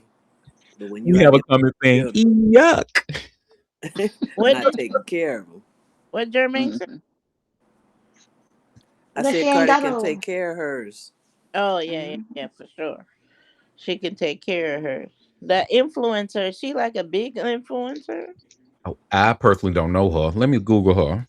Oh, never She ain't heard. that big. I ain't never heard of her. Look Yeah, at that's Well, the thing. Anybody ever heard of at her? this, Anybody? no. Mm. Mm-mm. At this rate, he would have to play football for the rest of his life. He gonna be an old man. He got to he got to have 6 jobs. Not if he oh, keep getting these charges. He'll be Well, he lucky if ain't they don't drop him or put him to the side just with what's going on right now. He best to okay. step very, very carefully because just when you charge with stuff, they look at you Mm-hmm. sideways. You know? Mm-hmm. Mm. Mm-hmm. oh, Stefan definitely has a type. That's for sure, honey. Because look at her, Oh yeah, honey. them light skins. Yeah, That skin them look like and they speak racially Spanish, honey. Oh, ambig. yeah. Yeah, racially ambiguous women. Oh, absolutely. Mm-hmm. Mhm. With the long hair. And I think I think those preferences cross the genders too, because what's that guy's name? Chris. Won't he light and bright too? Allegedly. No, I don't know. So, are you saying he's a colorist? Well, yes. Let me see. Oh, okay. Stefan did what's that guy's name? Because we talked about him. It's Chris something. Because Stefan was suing him. Chris. Blake Griffith. That's his name. And look at how yellow he is. You Hmm. got to type both ways. There you go. The through line is throughing. Okay, the Baby, through line is right is throughing. right, honey. He said, I like my steak medium, honey. No, rare. I want my steak medium rare. That's what he said. Well, that's that on that, honey. Enough about that colorist. This next question, y'all. So now, have y'all heard the latest news about Idris Elba? Huh? No. What? Baby, well, when you He, see he him, honey, don't forget to add the sir to his name, baby, because he has officially been knighted. yes, Oh, Sir James Bond. And y'all see I where it love. says here by way of USA Today, Sir Idris Elba knighted Cynthia Erivo among King Charles's New Year honors. Mm-hmm. And he gonna be James Bond. Watch. Yeah. We're gonna have a I, black James Bond. Ow! as much as I would love to see it, I just don't. They are going to give him such a hard time. If No, they give him, first of all, a lot of people don't even know the Percy Jackson story like that. And the fact that they had a black Annabeth in the series, oh my, that little girl got so much backlash for just doing her damn job. I don't even, child, give it to a white man. They want Bond to be white. Let us stay white. Shit, we can do what something else. happened? Black girl? And yes, we have a comment. Yes, she's amazing as Annabeth because that's a good series. But Yeah, the girl, the Jamaican girl. is she Jamaican? I don't Yeah, know. she's Jamaican. Ah, work. She's Al, big up. she's Jamaican. Yeah, the girl that played the Bond in the last second to last one. She got backlash. No, we were talking about the Percy Jackson series. It's a little black girl who played Annabeth. I forget her name, but she was really Oh, good on the show. oh, okay. But Annabeth is originally white. Well, in the movie, she was white. I don't know what she was in the book. But and they really did not like that she was so. I say all that to say is get somebody else to do it. Don't even Idris Elba's too busy. Excuse me, Sir Idris Elba is too busy for that Sir, foolishness. sir, I think he gonna get it. You might be right. They need to look here. They need to give it. Okay, if it wasn't for Jamaica, that damn character would never been written. Okay, so they need to give it to a black man. It's even a Jamaican guy helped him with the name Bond, James Yeah. Bond. Yeah, the guy who wrote the book. He lived. He's British, but he lived in Jamaica his whole life. So Yeah. they need to give it to a black man so he can make all that money. Please. And we have a comment saying, like Little Baby Rue in the Hunger Games movie, written not white, but they had a fit seeing her on screen. Yes, I remember that. Look, they have a fit when black people show up for what they perceive as being white. Issa could be a fucking cartoon character that's yellow, and they like, that was a white person. They need to be white. Come on, fictional superheroes. They swear they're white. Look, get the fuck out of here. Well, I wonder how they'll feel about Idris playing Bond now that he's Oh, Sir Idris Elba, honey. Oh, they now, still gonna be. sir, it's a little title. They gon' because James Bond ain't got sir to his name. Ooh. None of them. Well, None. this article starts off. It says you may address him as Sir Idris Elba. Elba, honored as Dr. Idrissa Acuna Elba, was awarded a knighthood for services to young people on Monday, December 29th, given his work bringing attention to knife crime among young people in Britain. Mm-hmm. Mm. The Luther star, who's 53 years old, has been a vocal advocate for youth and has called for the British government to better address youth violence by banning serrated knives and machetes to reduce knife crimes. The Wire actor is an alum of the King's Trust and has been involved in the charity's work to support youth. Elba has also founded the Elba Hope Foundation with wife Sabrina Elba to promote economic and educational opportunities for youth in marginalized and underserved communities, especially Africans and the African diaspora. Diaspora, excuse me. The actor and DJ became an officer of the Order of the British Empire in 2016. Meanwhile, Wicked star Cynthia Erivo mm, was also given an excuse me. I couldn't even look. You see how I was just choking when I said her name. Anyway, she was also given an order for the British Empire. The Emmy, Grammy, and Tony Award-winning Oscar-nominated singer and actress was appointed a member of the Order for Services to Music and Drama. Arrivo reflected on the honor on Instagram Tuesday, December 30th, writing on her story, to be given this recognition to celebrate the work that I love to do within the arts, specifically music and drama, is an honor I could never have thought would happen. I hope it shows that I care deeply about the work and will continue to do so. I'm sorry, continue to do so to the best of my abilities. Classes of the order from lowest include members, officers, commanders, knight and dame commanders, and knight and dame grand crosses. Orders are awarded to recipients who make significant contributions to the arts, sciences, public service, or charitable work, a practice that began in 1917, originally for war efforts. The pair were among hundreds named in King Charles's New Year honors list for 2016. United Kingdom Prime Minister Keir Starmer said in a statement, this year's honors list celebrates the very best of Britain, people who put the common good ahead of themselves to strengthen communities and change lives. Their quiet dedication speaks to the decent, compassionate country we are proud to be. Okay, work. Work. I know that's right. Well, like when you see him out in public, if you see him at the grocery store, don't just say Idris. You say, hey, Sir Idris. Don't forget to sir. Oh, No, I'm gonna more than serve him if I see him in public. all right, there, look. And Look, you don't have the wife Sabrina beat you up. That's okay. I'll take a beating. look, so look, okay, sometimes some beatings be worth it, honey. I mean, Yeah. this is surgery, whatever we talking about. I don't care what nobody say. He is sexy. Oh, baby, this comment in the chat, honey, I am gagging. It says England and compassion. Congratulations to them, though.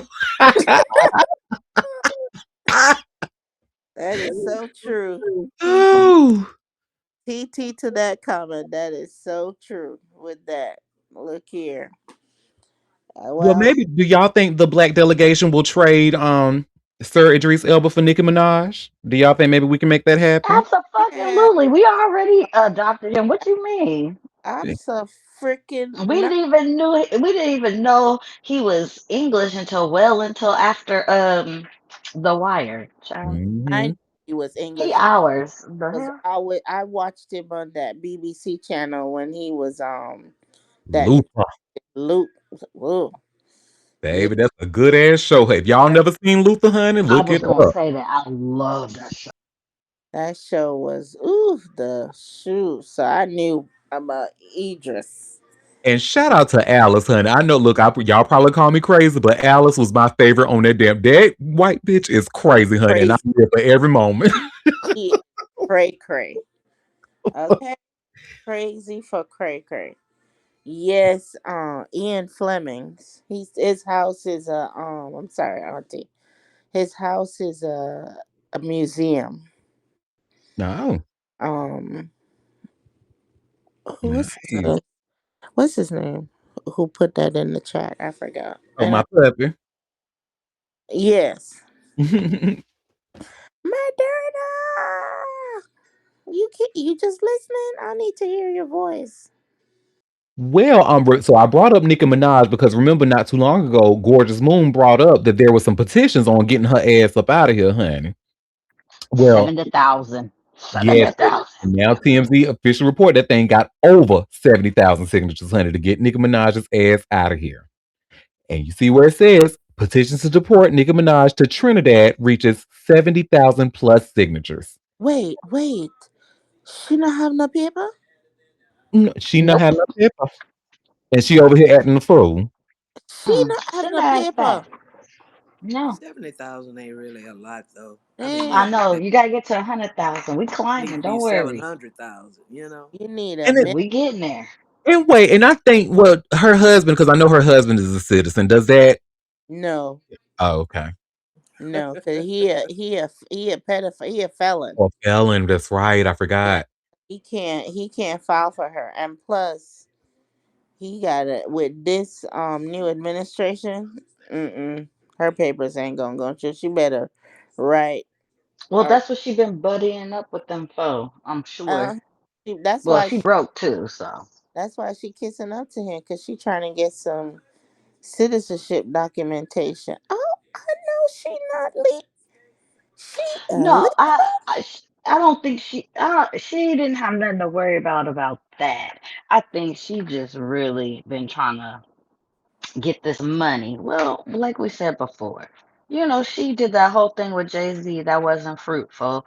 So now she done picked up the other side and is Oh, grifting to. oh. So she broke? Hmm. She having Possibly. trouble keeping that little home. So something going on. Possible losing her $25 million mansion. She behind. On her payment? So what happened to Hmm the Her syrup whole rap dude? career. I don't know. What about the syrup drinking dude guy? What's his name? He Lil got Wayne. pictures, yeah. What about him? He can't get her no money? Maybe not He as much can't as get she him no need. man. Huh? He going through his own legal battles and stuff, honey, with his assistant. So no, he got his plate is full right now. He going through legal battle too? And he is being really And nasty. he had to fight baby for his money. Shit, Right, he baby, didn't have no honey, money. and he accidentally hit his assistant in the face. We talked about here before. Oh Lord. Yeah. Oh Lord.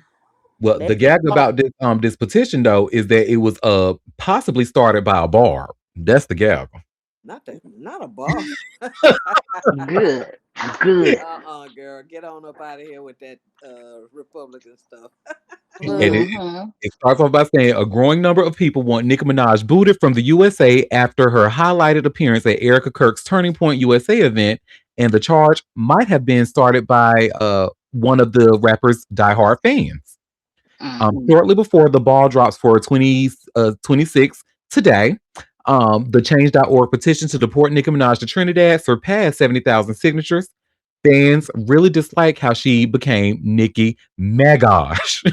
Ah, anywho, earlier in the year, Nicki also waged a public war with Jay Z and All Things Rock Nation, and the petition suggests that Nicki did it out of lunacy and is a danger to American soil. The campaign leader behind the petition was started by someone calling themselves Pedonica Minaj, a Barb-like nickname, but also meant to shade Nicki's sexual offender registered husband, Kenneth Petty. The post includes 16 of Petty's mugshots from when he had to check in for sex offender updates, and the petition criticizes Nicki for fiercely defending him and dredges up past accusations of her harassing his victims. We've reached out to the Trinidad and Tobago administration to see if they'll be willing to take her back with open arms, and then they end with dot dot dot. I'm guessing they must have gotten no No word response. back. I was gonna say in the comments, somebody said there's two petitions and they're totaling 100,000 Mm. signatures. Mm. Oh, okay. Where the petition at? So I can sign it. Because the fact that she's not worried about her child being around that man. Well, Because, he was a rapist. He wasn't a child abuse. That was her brother, I think, that was accused of pedophilia. yeah, oh, the Her brother. Oh, husband is a rapist. goodness. He's not a pedophile. Oh, he a rapist. Hmm. Okay, so you got a pedophilia brother and a rapist husband. Mhm. Rape that girl at knife point, honey. That's a pattern. Something, girl, you need therapy. She need to go back to Trinidad and go drink some of that salt water. Ooh. Bathe in it, baby. Talk Bathe about in a bird. Why would you marry somebody like that at your mm, station? He had nothing. What did mm. he have going for him that made her marry him? I, She's I stupid. can't figure it out. She a bird. There you Well, go. yes. You're not. Look at let me sounding like Auntie. Well, yes. And now she's stuck because if she divorced that man, what's she He gonna gonna have to want do? half. She gonna have to play manimony. There you go. Have to Mhm. support him forever. Speak Mm-mm. it, Jermaine. Speak it. Yeah, What my sister Monique say in her best Baltimore accent. See, when you do clownery, the clown comes back to bite. Okay. It don't make sense, chill. Like it she really did the don't. dumbest thing ever. Like, why would you Ever. marry some broke man that ain't got Nobody. nothing Nothing. And shout out to that my has a friend here, my record? Baltimore neck. Look, I knew that ass was coming. Look here, to come. Shut your ass up, eyes. My friend thinks I am absolutely Well, insane. When I tell y'all, Baltimore accents are probably some of my favorite United States of American accents, honey. Out of all, I would agree. I would agree. they crack me up. They just make me feel joy. And my friend thinks I am absolutely insane for that. I'm like, okay, I'll take it, but it is what it is. Because when you do I clownery, look, I do love to hear Moderna talk. I'm sorry. It's riveting all the we time. love it. Yes, we love it. Could exactly. when I say Moderna could tell a story, ooh, woo, mm, And hunty. really though, that's kind of like because when you think about it, like think about all the comedians from even the ones who aren't good, just hilarious. Like it's something about that Baltimore accent that just kind of it's like putting a cherry on a Sunday or something. I don't know. Look here. If I had money, Moderna, I would back you and Auntie together on a show. I'm talking about you. You can't lose. Get that money and promote you with that accent. I'll turn gay just to mess with you, Moderna. Just Yes. I don't think it worked like that, Marcia, but okay. I was like, well, you'd have to grow a whole penis, Right. and there'd be a lot. That's a lot. look here.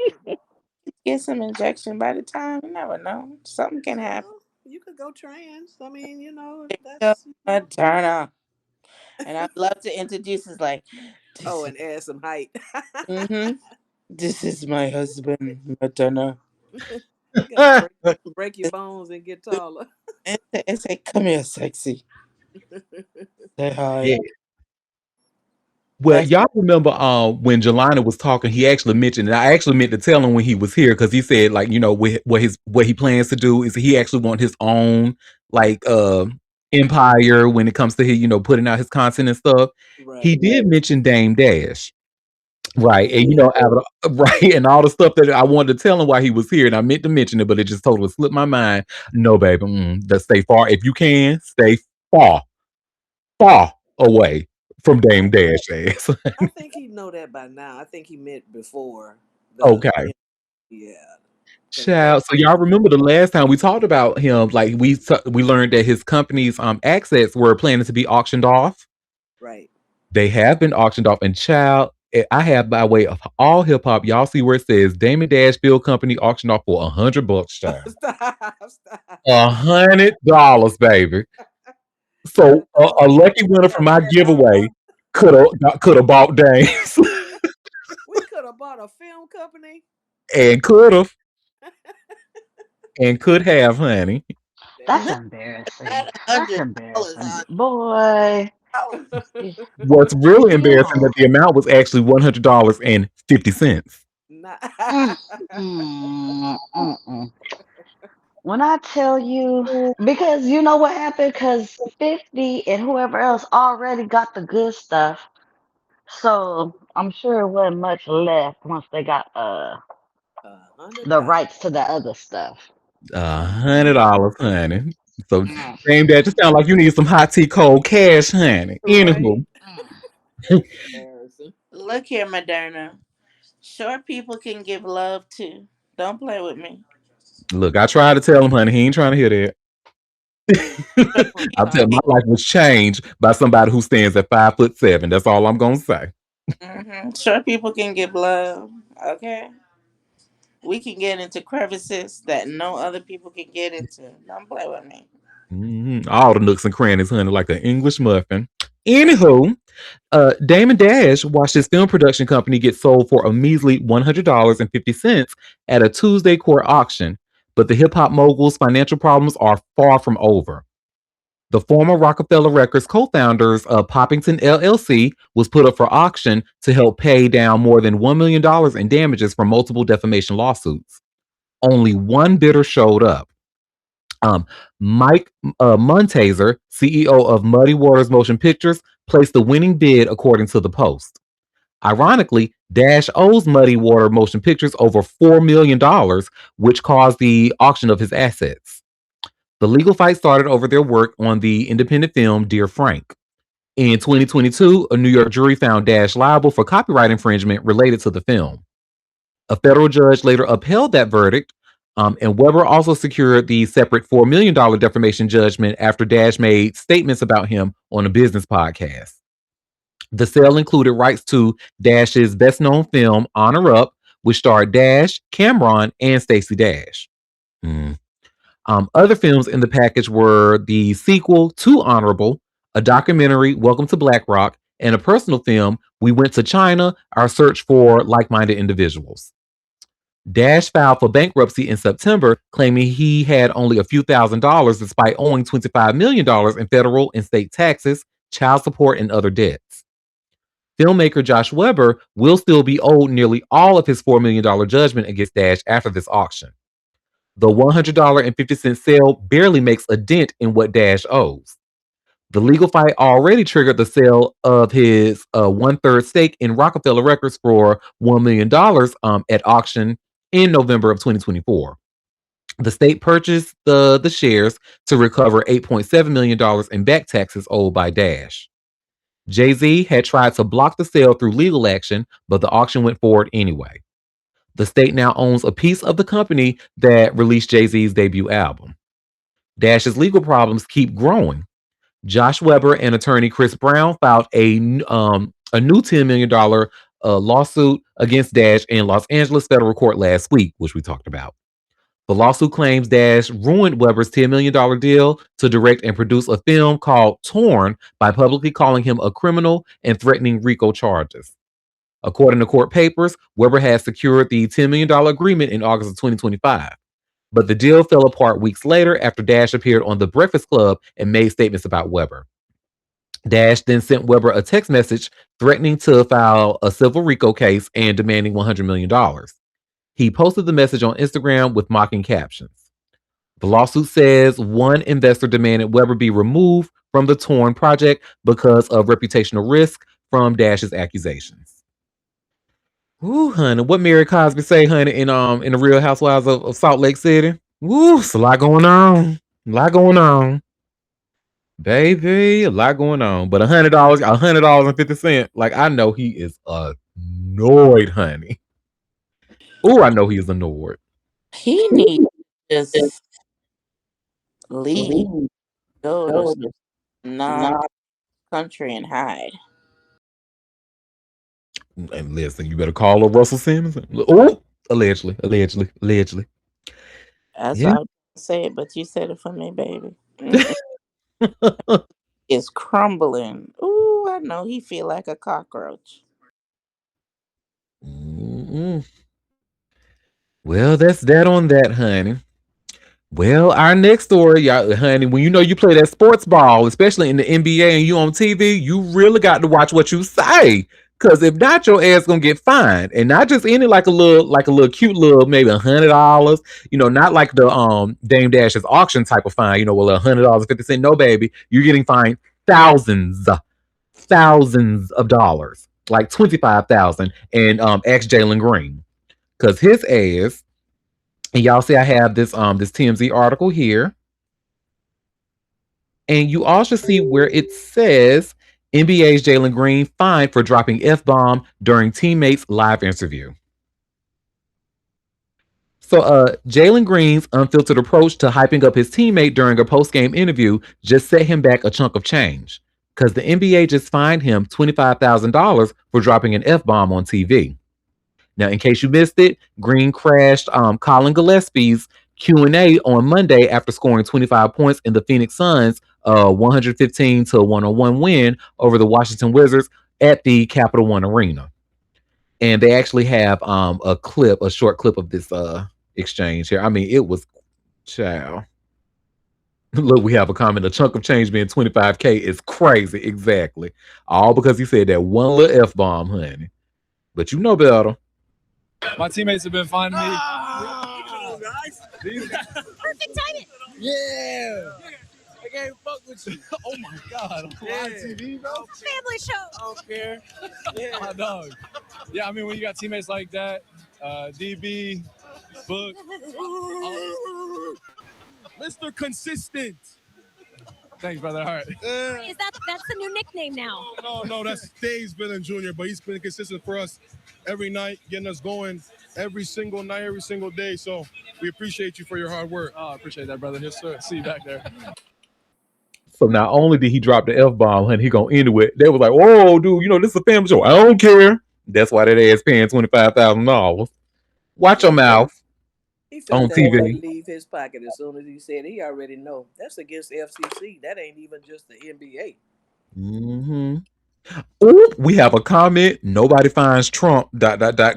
You better wake it the fuck. Well, and then reason being he got the complexion for the protection. Unfortunately, he can do things that some of us cannot do.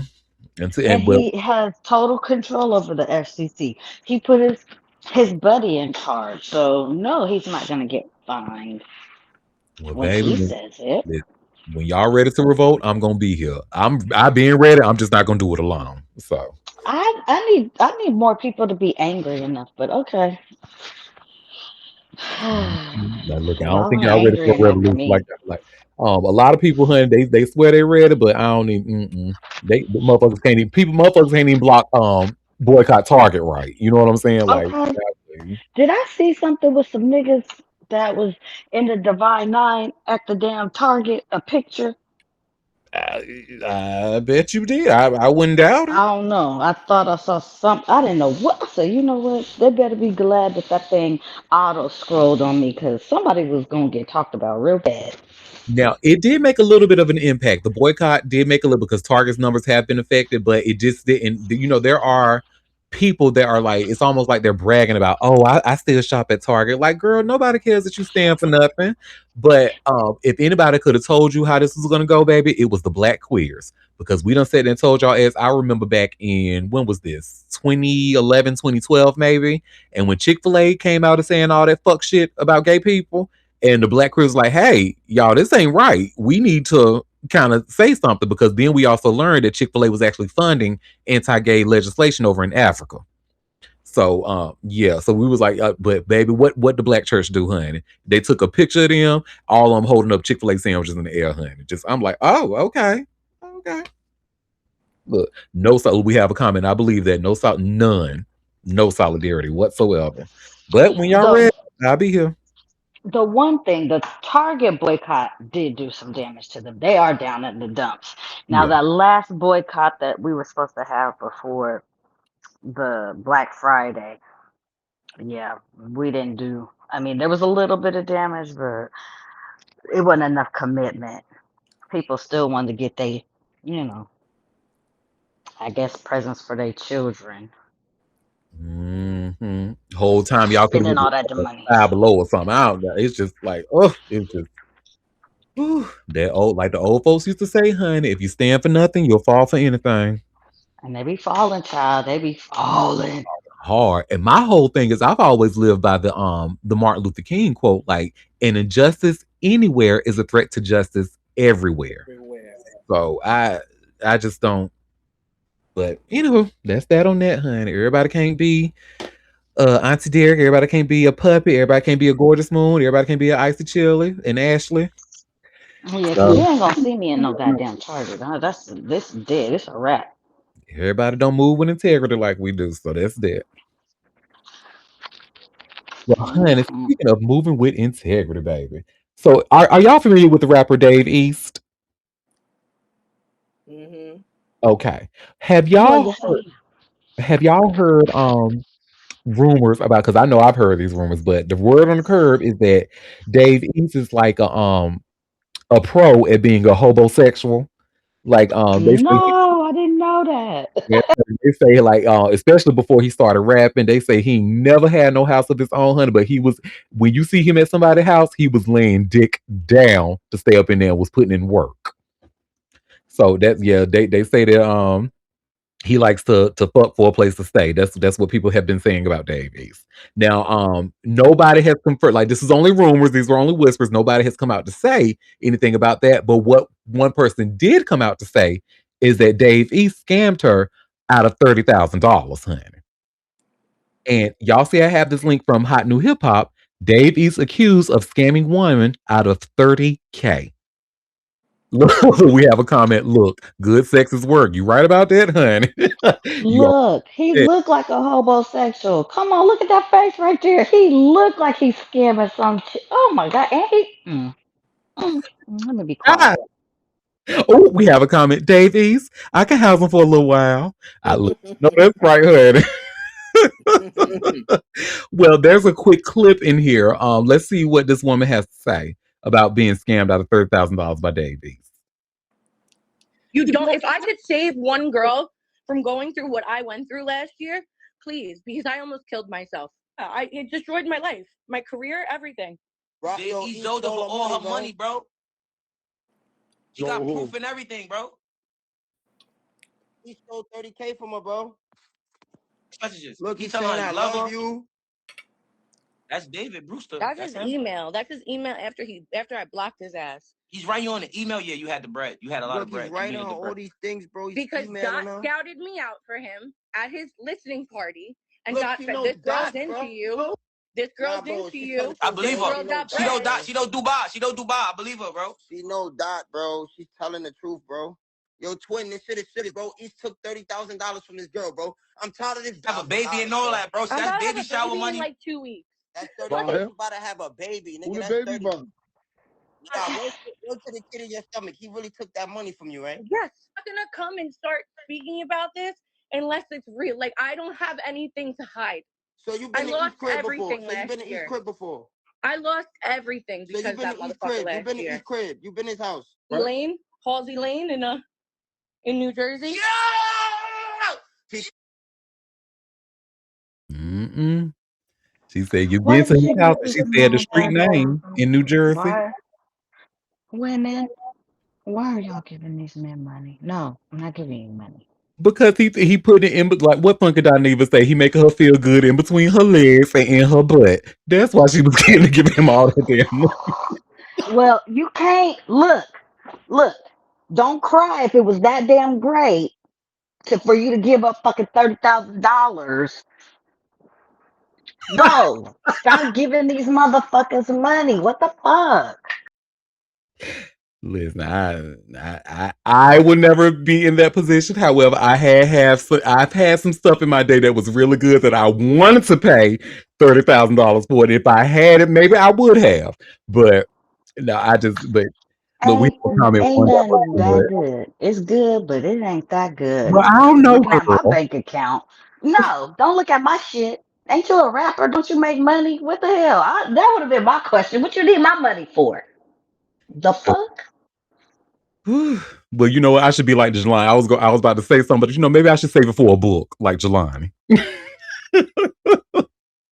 But yeah, honey, that's crazy. And she said that she's pregnant, and I'm guessing because we had a comment saying, "Do she even have $30,000?" But apparently, she got that from family, and that was baby shower money and stuff like that. So Is she pregnant by him? no, no, no, no. She didn't. Well, it didn't say that in the video. Well, why? You know what? Move on, because none of this makes sense. Mm-mm, mm-mm. I'm What not do even finna make play sense with these people. is good dick. So sometimes it Mm-mm. gets good, and it'll go into your savings account. Let me stop. So was you getting digged down by somebody else while you was pregnant? Like, I got questions now. Wait, he was dicking you down when you was pregnant with somebody else's kid, and then you gave him $30,000 that was really for your baby? Like, I got a legitimate questions on how this transpired. But he looked like the kind of nigga that be on that like, oh, like, I like pregnant pussy, like something. He looked like he do stuff like that allegedly. Now I don't know this to be true. I stay out of straight people Mm. business, but there's a whole thing. I know, I remember I hearing about that. Yeah, but still, Y'all girl, nasty.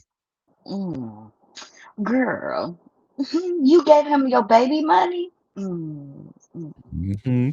Because that was her baby at the time. But like I said, feeling good in Mm, between her legs and in her mm, butt. mm, mm, mm, mm, Well, this next story, y'all, it's really laughable at this point because we were just talking about Tyler Chase and how he has made himself very clear. He likes to be on the street. He wants to be high out his mind and take him a nice little cute little nap on somebody's stoop. Leave him alone. Well, now Sean Astin done answered the chat, honey, and I feel like we're going to see. why? That's what I'm saying. Why? For what? Why? He has made himself very clear. But now you see where it says here by way of TMZ, Sean Astin gets involved to help Nickelodeon star Tyler Chase off the streets, which he does not want. He has made it clear he don't want y'all help. Can y'all be this passionate about getting a dictator out of our office? Can y'all do that? We got other problems that need this type of attention. Okay? This man said, I want to be high and homeless. Leave me alone. Well, Sean Astin is stepping in to help Ned Declassified's alum, Tyler Chase, according to one of his former co stars. Daniel Curtis Lee, who recently spent time with Tyler, even covering a temporary hotel stay for him. That was a motel, by the way. He tells TMZ shortly after seeing him, someone assisting Tyler reached out and told him Sean Astin wanted to meet Tyler. According to Daniel, Sean, a major hero to Tyler, who's a huge fan, he's a huge Lord of the Rings fan, hoped the meeting might help convince Tyler to get off the streets. On Christmas Day, Daniel spoke with Tyler over FaceTime, during which Tyler reflected on his experience meeting Sean. And by the sound of it, it was a positive one. Worth mentioning, Sean is the current president of the Screen Actors Guild. Oh, I thought it was It's not Fran Drescher anymore. Oh, anyway, um, as we reported, Tyler had been a transient in Southern California for quite some time while allegedly struggling with meth addiction. The push to help Tyler came after videos circulated on the internet showing him looking unkempt and in need of housing. Riverside police spokesman Ryan Railsback previously told us law enforcement can only do so much for Tyler without him explicitly asking for or consenting to help. We've reached out to Sean Astin. So far, no word back. I can't remember. I haven't watched the latest season of Stranger Things yet, for personal reasons. But is he still? Did he get killed off? I can't. Oh, never mind. Y'all didn't watch. I think I was the only one in this group that watched the show. But was his character killed off there? Because I'm like you. I'm sure you have way Yes, better I things did to worry watch in the beginning, way early on, like two, like in the, it was like the first or second season, because he was like the boyfriend of the mother. Yep, and I liked him on there. I thought I really liked his Yeah. character on there. Yes. So I think it was the second or third season. I haven't watched since somewhere around there, but his character yeah, yeah, Okay, I knew I went crazy. I was like, didn't he yeah, die? But yep. still, Sean Astin is very famous and has been in the game for a long time. So I am again sure he got better things to worry about than some damn Tyler Chase, who has confirmed and has made himself really clear he good. And I don't want your help. Leave me alone. Where's the meth? It's sad, but hey, that's his right. That's his human right. So that's that on that, honey. Leave that man alone, Sean. Go and just like Moon said, go help somebody who really wants it or needs it. Now this next story. So do y'all remember? So after we stopped recording, we learned that Tatiana Schlossberg ended up passing away. Well, y'all raggedy president, honey, the loser in chief, racist Mm. in chief. Of course, you know his ass has something to say. Oh, why, my God. And y'all see where it says by way of TMZ? Trump attacks Kennedy family hours after death of JFK's granddaughter. Child. You know what? And you know what? And I'm gonna say this on the recorded line. When I say I'm gonna buy me the biggest of steaks, the tomahawks, I'm gonna have a Michelin star meal in celebration when that motherfucker fall. I can't stand him. Baby, let me tell you what I'm doing. I'm going. Mm, I've always wanted to go. So there's a restaurant called Angus Barn. It's a steakhouse in North Carolina. Very mm, very popular, and it's rumored to be extremely expensive in there. Oh, mm. and we have a comment. It's amazing. Oh, I'm glad to hear that. I've never been because I'm not rich. But that day that when something like that happens, oh, I'm going to Baby. find them. I'm gonna be like Smoke his mama. Make it enough, bitch. We're going to Angus Barn and we're celebrating. And you can go Amen. fund me if you need to. We gonna go fund your ass to go there, okay? Okay. Look here. I'm going to have the biggest of celebrations. I'm going to be banging pots together. Ding dong, the witch is dead. I cannot wait. Ooh, and Puppy says he just went 2 days ago. So, Puppy, tell me, is it truly expensive like the rumors say they are, or is it just kind of like reasonably? Right. Imagine having a meal from a mini Biltmore. Oh, okay. Well, that answers my question because the Biltmore. I heard about the Biltmore. Well, that's that on that. But anyway, back to Trump's stupid ass. So, following President Donald Trump's abysmal ratings hosting the Kennedy Center's honors and the growing list of artists canceling performances at the venue due to Donald Trump's recent rebranding it with his name on top, the president's retaliatory tantrum has begun. Despite JFK's granddaughter, Tatiana Schlossberg, dying just hours earlier Tuesday, Trump took to Truth Social to flood his timeline with reposts of MAGA supporters mocking the Kennedy family. One reads, the Kennedy family have long neglected the Kennedy Center, by the way. They don't raise money for it. They never show up. And the only Kennedy who has been there recently is a member of Trump's cabinet. Another reads, the Trumps have always been supporters of the arts. The Kennedys are supporters of the Kennedys. The Kennedys have neglected to respond to POTUS's most recent attacks. The latest posts from the family have been solely to pay tribute to Tatiana, who died at only 35 years old Tuesday after battling leukemia. Tatiana's cousin, Maria Shriver, wrote, I return to this space today to pay tribute to my sweet beloved Tatiana, who left this earth today. I return to this space to pay tribute to honor her loving and supportive family who came together and did everything they possibly could do to help her. She continued, I return to this space heartbroken because Tatiana loved life. She loved her life and she fought like hell to try to save it. As you know, Trump's handpicked board voted to change the name of the John F. Kennedy Center to the Trump Kennedy Center earlier this month. Since then, the jazz group The Cookers, the dance company Doug Verone, and dancers, folk singer Christy Lee, and jazz artist Chuck Red have all canceled scheduled events following the name change. The center was established after the 1963 assassination of President Kennedy to honor his memory. Mm-mm. And I don't care if now Kennedy ever stepped foot in that motherfucker. You didn't need to put your name on it.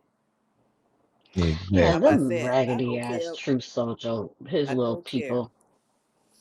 The Lynn Miranda canceled what, a 10-week run of whatever that play is that's been so popular. Hamilton. Hmm. Hamilton, Issa Rae canceled an appearance. Oh yeah, Yeah. early on when he did all that stuff in the beginning. Oh yeah, they got hmm out of there. So yeah, he's pissed off that none of these people, want to come to their Kennedy's. It's the Kennedy Center to me. It'll never be with his name And on when it. he died, and when he out of office, I said die. When he out of office, they gonna pluck them little letters off of there. Yep. I just watched. I watched a video it was either last night or this morning where somebody did the 12. A song. It was white folks did the 12 Things of Christmas, but it was all about when is out of office, all the things that we gonna change again. Right. Mhm. The Gulf of America, this Oh, that shit. bullshit. Yeah, Hmm. all that stuff is reverting back because this is crazy. Amen. The Oop, and we have a art. good comment in the chat, hun. It says, but CC Winans, isn't she going up and being up all of it? Wake that up, hun, because I've been trying to tell y'all about CC and her Republican her woman beating ass brother, BB, for the longest. Well, Oh yeah, fuck well them we don't too. fuck with them no more. Mm-mm. They over They there ain't on my too. playlist nowhere. Mm-mm. Mm. And he could have broke ass Nicki Minaj. Sorry, your boyfriend can go over there too. Fuck him. Oh, maybe she'll give a concert there for him. Hmm. Snoop, Nelly, all of them motherfuckers. Yeah, invite them. They'll come. And it says, this is so sad. Tatiana sounds like someone close to her family. The perfect daughter, kind, fun, death does not discriminate. Ooh, for sure. No, she was she was from the good side of the Kennedys, because Yeah, it'd be some raggedy ones, but she was unproblematic for sure. no, yeah, Such a she was sad, sad death. very young. Young children, just yeah. Well, hopefully her Especially if spirit. they were What is young. that? Her who is RFK to her? Is that her uncle? Uncle. Granddaddy. No. Oh, Oh, RFK. RFK. Yeah, RFK. JFK, Sorry, yes, her it's her uncle. grandfather. JFK was her grandfather. Yeah. Yeah, she need to So haunt her uncle. Her spirit need to haunt her crazy ass uncle, honey. Scare his ass in his sleep or something, girl. Something need to be no done. cousin. That's her. The junior is her cousin. Okay. Well, So hunt your yes, cousin, girl. yes. I hope she does because he need it. Girl, she ain't gonna waste her spirit time fucking with that man. Touche. Well, you know what? You right. Cause She gonna be with her family and the people who loved her. She her not gonna waste grandfather, her any spirit time grandmother. with that man. I wouldn't. Well, maybe if I scared him enough to scared him to a stroke or something. Ooh, Stop. Stop. Maybe that brain worm will rattle or something. In, it was incapacitate his ass. you should have some tequila with that brain worm. Hmm. Well, oh, y'all, this next story. So initially, because y'all remember the other day we talked about that guy from that Discovery channel mhm. show, Chad Ollinger, and we Yep. learned that he ended up killing his cellmate in in Las Vegas. Mhm. And initially when the story came out, I'm like, oh, because he said that he killed a man because that person was a pedophile. The reason that I don't like this story is because he did all that based on a feeling that he has and no evidence. A So y'all see, feeling? yes, yeah, because of a feeling he had that the man was a pedophile. Oh God. So y'all see, I just shared here by way of TMZ. Chad Ollinger told cops he thought cellmate was a pedophile, so he killed him. Oh, Um, it wasn't a proven fact. right. Okay. So Discovery Channel star Chad Ollinger told cops in Nevada he strangled his cellmate and then smashed the guy's face into a metal post, all because he had a feeling the guy was a pedophile. According to the arrest report obtained by TMZ, authorities interviewed the TV star and say Ollinger told him that he had a supernatural power to read people and know things about them. In the docs, cops say Ollinger confessed to murdering Christopher Kelly, his cellmate at Clark County Detention Center, and told them the killing was righteous due to Kelly being a pedophile. Los Angeles Metro cops say Ollinger told him he had no proof Kelly was a pedo, but he told them he knew it simply by looking into Kelly's mind and said, if I know something about somebody that's bad, I take care of it. The reports say Ollinger told cops he climbed up to Kelly's top bunk and placed Kelly in a rear naked chokehold as Kelly was lying on one side facing the wall. And once Kelly stopped breathing, Ollinger said he dragged him down and smashed his head into a metal bed frame on the lower bunk to make sure he was dead. God damn. Oh, Yeah, he's mentally ill. Oh God. exactly. Police say Ollinger told him he felt no remorse for killing Kelly and didn't care if he went to prison for the rest of his life. It is unclear what Christopher Kelly was in jail for. Ollinger, who is 41 years old, was rebooked for open murder and reportedly went before a judge Tuesday who ordered a mental evaluation before the case moves forward. As we told you, corrections officers conducting routine checks at Clark County Detention Center Friday say they discovered a male inmate lying motionless inside a cell. Officers entered and observed the inmate and had apparent blunt force injuries, and he was pronounced dead at the scene. The arrest report says there was blood all over the cell, and Chad told detectives before the interview, good luck cracking the case. Chad appeared on episodes of Discovery Channel's Mystery at Blind Frog Ranch. That motherfucker crazy.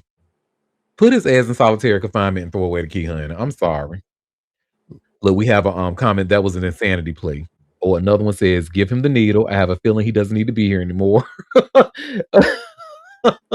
Oh, yeah, that was wild. Now, I hate to say this, especially on the recorded line, but if he had proof that the man was a pedophile, then I would be like, you know what? I just kind of turn my head to the side. Damn, homie, that's sad. But the fact that you said you have a supernatural power and you looked inside this man's mind and saw that Exactly. he was a pedophile, and that caused you to not only strangle him to death, but then finish it off by cracking his head open in the fucking metal frame. Like, what? Don't do that Girl. much. I'm telling these violent ass white men, violent cis hetero white men, baby. They are a threat. It sounds like a little bit of schizophrenia, though. I mean, because you start saying, "Oh, I can read minds," and yeah, he sound like he's little skits. But, Yeah. Well, speaking of schizophrenic, allegedly white supremacists, now that's not alleged. Mel Gibson, y'all remember him Oh, with his fuck crazy him. hair? Yeah. Fuck him Fuck with a him. stick dick, honey. But and I gather that his wife Rosalind Ross is saying the same thing because they have separated. And you see where it says here, Mel Gibson and longtime partner Rosalind Ross have separated. Just quick, and I can't remember. Is this the same? This isn't the same woman he told that he was going to have a like a group of niggas rape her, was it? I don't I think don't know. so. I don't think so. I think there was another girl that he said that to. But anyway, Mel Gibson and longtime partner Rosalind Ross have separated. TMZ has learned the split comes after 9 years and one child together. The two quietly uncoupled about a year ago. TMZ has confirmed. People was the force to report the breakup. The two began dating in 2014 after meeting through mutual friends. In January, they lost their Malibu home in the Los Angeles wildfires, but no one was injured and their animals were safely evacuated. The estranged couple will reportedly continue to co-parent their eight-year-old son, Lars. Mm, okay. That's that on that child. Oh, we have a comment. Look at their age difference. Exactly. Well, and she got with him after all of that bullshit. So, girl, all You that get shit what was you in the heard. news. You knew what you was getting. Girl, Mhm. Yep. You ignored that red flag and here you are. And but what gets me is though they've been separated for over a year. I guess that's how bad nobody really cared about him and his shenanigans. no, we don't care about him no more. Once we found out he was a racist, bigoted, anti-Semitic weirdo, ugh, he's been dead to me for so long now at this point. Same here, girl. Well, somebody else who's dead to me, Bootsy Badass. Speaking of bigots, well, there's a lot of billboards around that say free Bootsy, and he wants that to stop. And y'all see, I just shared here by way of hot new hip hop. Bootsy Badass wants fake free Bootsy billboards to stop. Well, Bootsy Badass has dealt with no shortage of legal issues throughout his career, but currently he's a free man. That hasn't stopped people from putting up fake free Bootsy billboards, however. Recently, the rapper spotted one in Mississippi, prompting him to speak up. He took to Instagram this week to ask fans to not use billboards to call for his release when he's actually not behind bars. Mississippi, I know y'all love me, but it's not cool, he wrote, as captured by the Shade Room, asking all my fans, please don't do this if I'm not in prison. While Boosie is not in prison, he pled guilty to a federal gun charge in August. At the time, he said he was ready to put all of his legal woes behind him for good. Before Donald Trump took office last November, Boosie also issued a plea on Twitter. Can you pardon me on my Fed case? I'm a nonviolent felon, he wrote. The courts ruled that a nonviolent cannot be charged with a 922G. The judge dismissed my case, but the ruling has been appealed. So once again, I was indicted. I'm fighting the case, he continued. This is the exact case to US versus Duarte that was ruled unconstitutional. Oh, and one more thing. Can you sit down with me and talk about you giving police immunity? Boosie concluded. I think this will motivate officers to commit deadly crimes. Please don't do this. Anyway, congratulations on your win. Let's get this money and drop these taxes. Shit is killing me. Stupid ass. Anyway, he provided his fans with an update last month, confirming that he hadn't made any progress yet. I'm still working on it, he's revealing. I'm still trying. As you know, my voice is a loud voice. So I'm still going to be asking the president for a pardon. Right now, I don't have it, but I'm confident about my situation and I feel good about my situation. Mhm. Baby, that ain't nothing but a little you feeling good about that? Are you sure that's good or is your blood sugar just low? Like I don't cuz it's not looking good. And to be completely honest, could be completely transparent, as much as I'm not a fan of Boosie, what's happening to him is fucked up. It is truly fucked up. And he's absolutely right when he says that they are actually because that the case that the initial one that they got him in with from August, that was actually dropped at first, but then a new prosecutor came in and was like, no, I want to reopen. Then they tried to reopen it, and it's like, don't isn't that I'm not a lawyer, so but doesn't that go into like a double jeopardy conversation? It's, I don't know. But it is fucked up. No, because he would have had to gone through trial and then not been convicted, and that would say you can't be tried again if if that was the case. But if it was just dropped before ever for never being on trial, then they can pick it back up if they choose to, unfortunately. Well, thank you for that. Well, but Come on, long story Lord. short, he wants y'all to stop with these fake free boosted billboards, especially when he's not in jail, because I guess maybe he feels like that's bad karma. I don't know. Well, I got my last two stories. I'm trying to see which one I want to talk about first. You know what? Let's talk about the favorite colorist first, honey. Y'all favorite colorist, ASAP Rocky. Well, it looked like he's doing some good in New York, honey. In Harlem, Jelani's hometown. I wonder if he know ASAP Rocky. Anywho, but y'all see, I just shared here by way of vibe. ASAP Rockies and built to pay rent for tenants in his childhood Harlem building. So I love stories like this. I like to see people giving back and stuff. This is really dope. I love it. So ASAP Rocky is giving back to his hometown in a major way. Lord Flacco has teamed up with Built for a rent-free campaign to celebrate the upcoming release of his fourth studio album, Don't Be Dumb. In addition to releasing a self-designed limited edition vinyl for his next LP, the rapper and loyalty and payments platform are paying it forward by covering rent for the tenants in his childhood building in January of 2026. For me, it's always been about your community and neighborhood. Harlem made me who I am, from uptown to downtown, and that connection to place is everything, said ASAP Rocky. When Built said they wanted to cover rent for everyone in the same building where I grew up, that hit different. That's not just business, that's understanding what community really means. The vinyl is my love letter to New York, and being able to give back to the exact place that raised me while helping people across the country with their rent is the kind of partnership that actually matters. The exclusive vinyl is available to members through a special pre-order on Built's app and website. ASAP Rocky is also featured in a special edition of his monthly game show, Rent Free, where Rocky offers nationwide Built members the chance to win free rent payments of up to $2,500. The top 10 winners will also receive signed editions of the exclusive vinyl, while hundreds of additional members will earn bonus Built points. From joining us at Built's launch to now, his roots in Harlem have always been inseparable from his success, and this limited edition vinyl is our way of honoring that connection," said Anchor Jane, Built's founder and CEO. "It's a celebration of the community that shaped one of hip hop's most influential artists, and a reminder why giving back to your neighborhood matters." After numerous delays, and they do mean numerous, Don't Be Dumb drops Friday, January 16th of 2026, and will be his first studio album in nearly 8 years. Its cover art is designed by renowned filmmaker Tim Burton.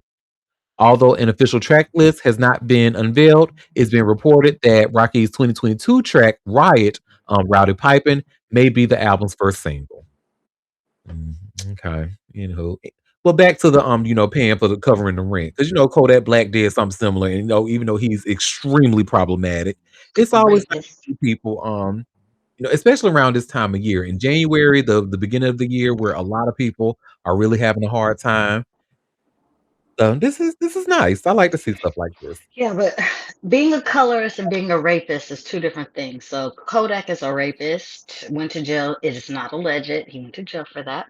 Hmm. And Rocky is a cutie pie, but he is a colorist. I mean, I'm glad he chose a black woman to have a kid with because I really thought he was gonna be with the gringas. I really did. But here we are. I wonder if he gonna like if there's a stipulation like if you're darker than a paper bag, you can't get your rent paid or something like I Oop, don't. oop, I'm gonna go on. Well, that's that on that. Now our last story is I feel like this is gonna be for the Gen Xers because one thing about Indiana Jones, honey, the Gen Xers do not play about no Indiana Jones. Now, I personally was not a fan of those movies, but anytime I was with a babysitter who happens to be of like, Gen X age that's close to mine, as I'm an older millennial, and the younger Gen Xers, we kind of the same. Like my gorgeous moon here, that connection. So I like to call, the people in her group my babysitters. Y'all went up for some motherfucking Indiana Jones. And as much as I ain't want to damn watch that movie, I felt like I ain't never have a say so in the matter. So that's that on that. But anyway, y'all know they have like the Indiana Jones amusement ride over at Disney World. Now imagine that one of the most famous things about Indiana Jones is that rolling boulder, right? Like that. Oh my God, that rolling boulder is about to get Indiana, get his ass out the way for he get ran the fuck over. Baby, why did that shit happen to one of the employees at Disney World? That boulder actually got his ass, and y'all see where it says here by way of TMZ, Disney World employee gets clobbered by giant boulder on video. So it says Walt Disney World was the site of yet another scare when a massive prop boulder slammed into a worker, knocking him off his feet with blood spurting from his head. Video of the shocking scene surfaced Tuesday on TikTok. The clip opens with a crowd of people watching the Indiana Jones epic stunt spectacular at Disney's Hollywood Studios in Florida. And everything seems normal at first. So I'm gonna give me 1 second. Let me share my screen and we'll watch the video. Now you don't see any blood, thankfully, but you can definitely see that boulder knocking that man out. It's crazy, y'all. Whoa! Uh-oh. Look over there, Ray. Oh, no! Whoa! It's coming right for us. Woo! Oh!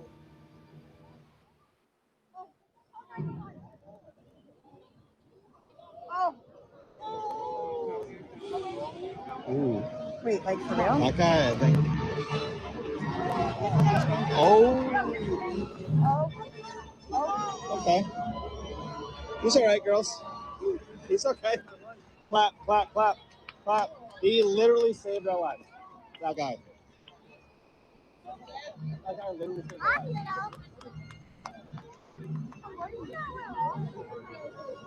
That guy legit saved our lives. I'm sorry. This comment in the chat has me screaming, saying, "Did he think he was an Avenger or something?" Oh my god! But yeah, that thing looked. I wonder, do they have in this article how big that thing was? Oh, it's huge. And he bounced right off of it like he was a ball. Ooh, Lord. But he probably did save them. I guess. I mean, Baby, that was a he ain't lawsuit gonna be waiting able to to happen, honey. look. That would have been up to them to sue, and it's hard to sue Disney. They got so many loopholes and something else. I don't know. I guess you nice because I wouldn't have been jumping up in front of no damn boulders. I'm Okay. sorry. Oh, we have a comment. That ball did clobber his ass. Oh my god, it's not fun. Let me go on mute, honey. Then we have a comment saying workers' comp. Yeah, I know that's right.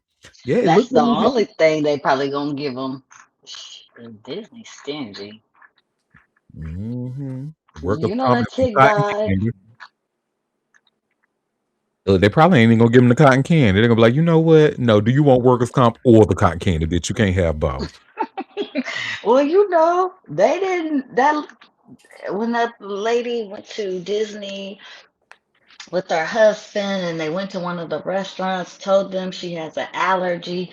She still got something with the allergy in it and it killed her. And the husband tried to sue. And they said, oh no, baby, you signed up for Disney Plus, Disney something, and that forfeit be Oh, able. yeah. Disney don't play that shit. Yes, I remember that. The terms and conditions from her Disney Plus subscription. That's what The Wade. husband. Yes. Child. I Damn. said, and y'all at fault for giving her something that triggered her allergy, and they found a way not to get sued, honey. Them people, Look, we have a comment saying that lady's husband lawyer is weak. I ain't want to say it out loud, but I'm like, because how oh, the weak is yeah. You right about that, cause baby, we have a comment. Then recording it instead of running is a level of stupidity I don't ever want. I know that's right, but then again, because I hate to sound like I'm defending white people, but I would have thought like the way that looked, especially after seeing like Indiana Jones's movies, I would have thought that was like part of the attraction, like that it was supposed to do something like that. And I guess right, saw that man run out and try to stop it. But I would have thought it was supposed to do that. Like it was supposed to be like oh, we're almost gonna hit the audience, but it's not gonna hit them the whole time. And I asked, right. knock the fuck out. Well, and then if I've been to one of those where you kind of go into those like audience things. It's not like you can get out of it like quickly anyway. Mm-hmm. Because you're in like row seats and I don't know how else to explain it, but you can't get out of that quick. So, I mean, the best they probably could have done was duck down in between the seats. Well, y'all, that was all the tea that I had for us today. So before we head out, did any of you have any tea that you want to share? Any tea that I might have missed? I have nothing today. Oh, let me just Cheryl, do wait a you have couple more anything? seconds. I want to make sure everybody gets something in. It says, TMZ is taking photos of the Reiner kids as they grieve. Is awful, honey. TMZ, honey, They so nasty. don't even get me started, honey. They did what with the kids? They taking pictures of them as they grieving. Is the funeral today or? I don't know. Services. Services. Because, yeah, there's two kids, a brother and a sister that's still here. Oh no. Probably. I just didn't like the interview with, I forgot the name of the actor, saying that the dad and mom wouldn't want the son to get life in prison or some stuff like that because he had What? mental health status or whatever. Oh, so you could speak to the dead. Okay. All right. Go sit down. Oh, and we have a comment in the chat saying Richard Smallwood died. Oh, Oh, rest in peace to yeah. him. Who's that? 71 actor. Gospel legend, honey. Oh, oh, yes. That was yesterday. Yes. Damn, I'm definitely missed that piece of news. Well, condolences to his family and friends. Yep, he And wrote the Total actor Praise in passed that. away. Mhm, I know he wrote Total Praise in that. When I tell you as a singer, well, let me just go ahead and say as a tenor, right? Because I don't think the basses or the altos had to go through this. But as a tenor singing Total Praise, when I tell y'all, because it's a beautiful song, beautiful, gorgeous song. But I think, that was part of I think that had a big hand in me not singing anymore. That song takes a lot out of you as a singer, honey. A lot, especially as a tenor. I said, you know what? After maybe a couple of times, I said, you know what? I don't think this is for me anymore. I don't think I enjoy singing anymore. Wrote that song that Whitney sings in the what you call it in In the preacher's wife. the preacher's wife, yes, which I just Mhm. saw this past week, which I forgot. It was so many heavy hitters in that movie, from the rooter to the tutor. Oh, not hear me trying to read to thank God for miracles, bitch. I vocally slay. Don't come for me.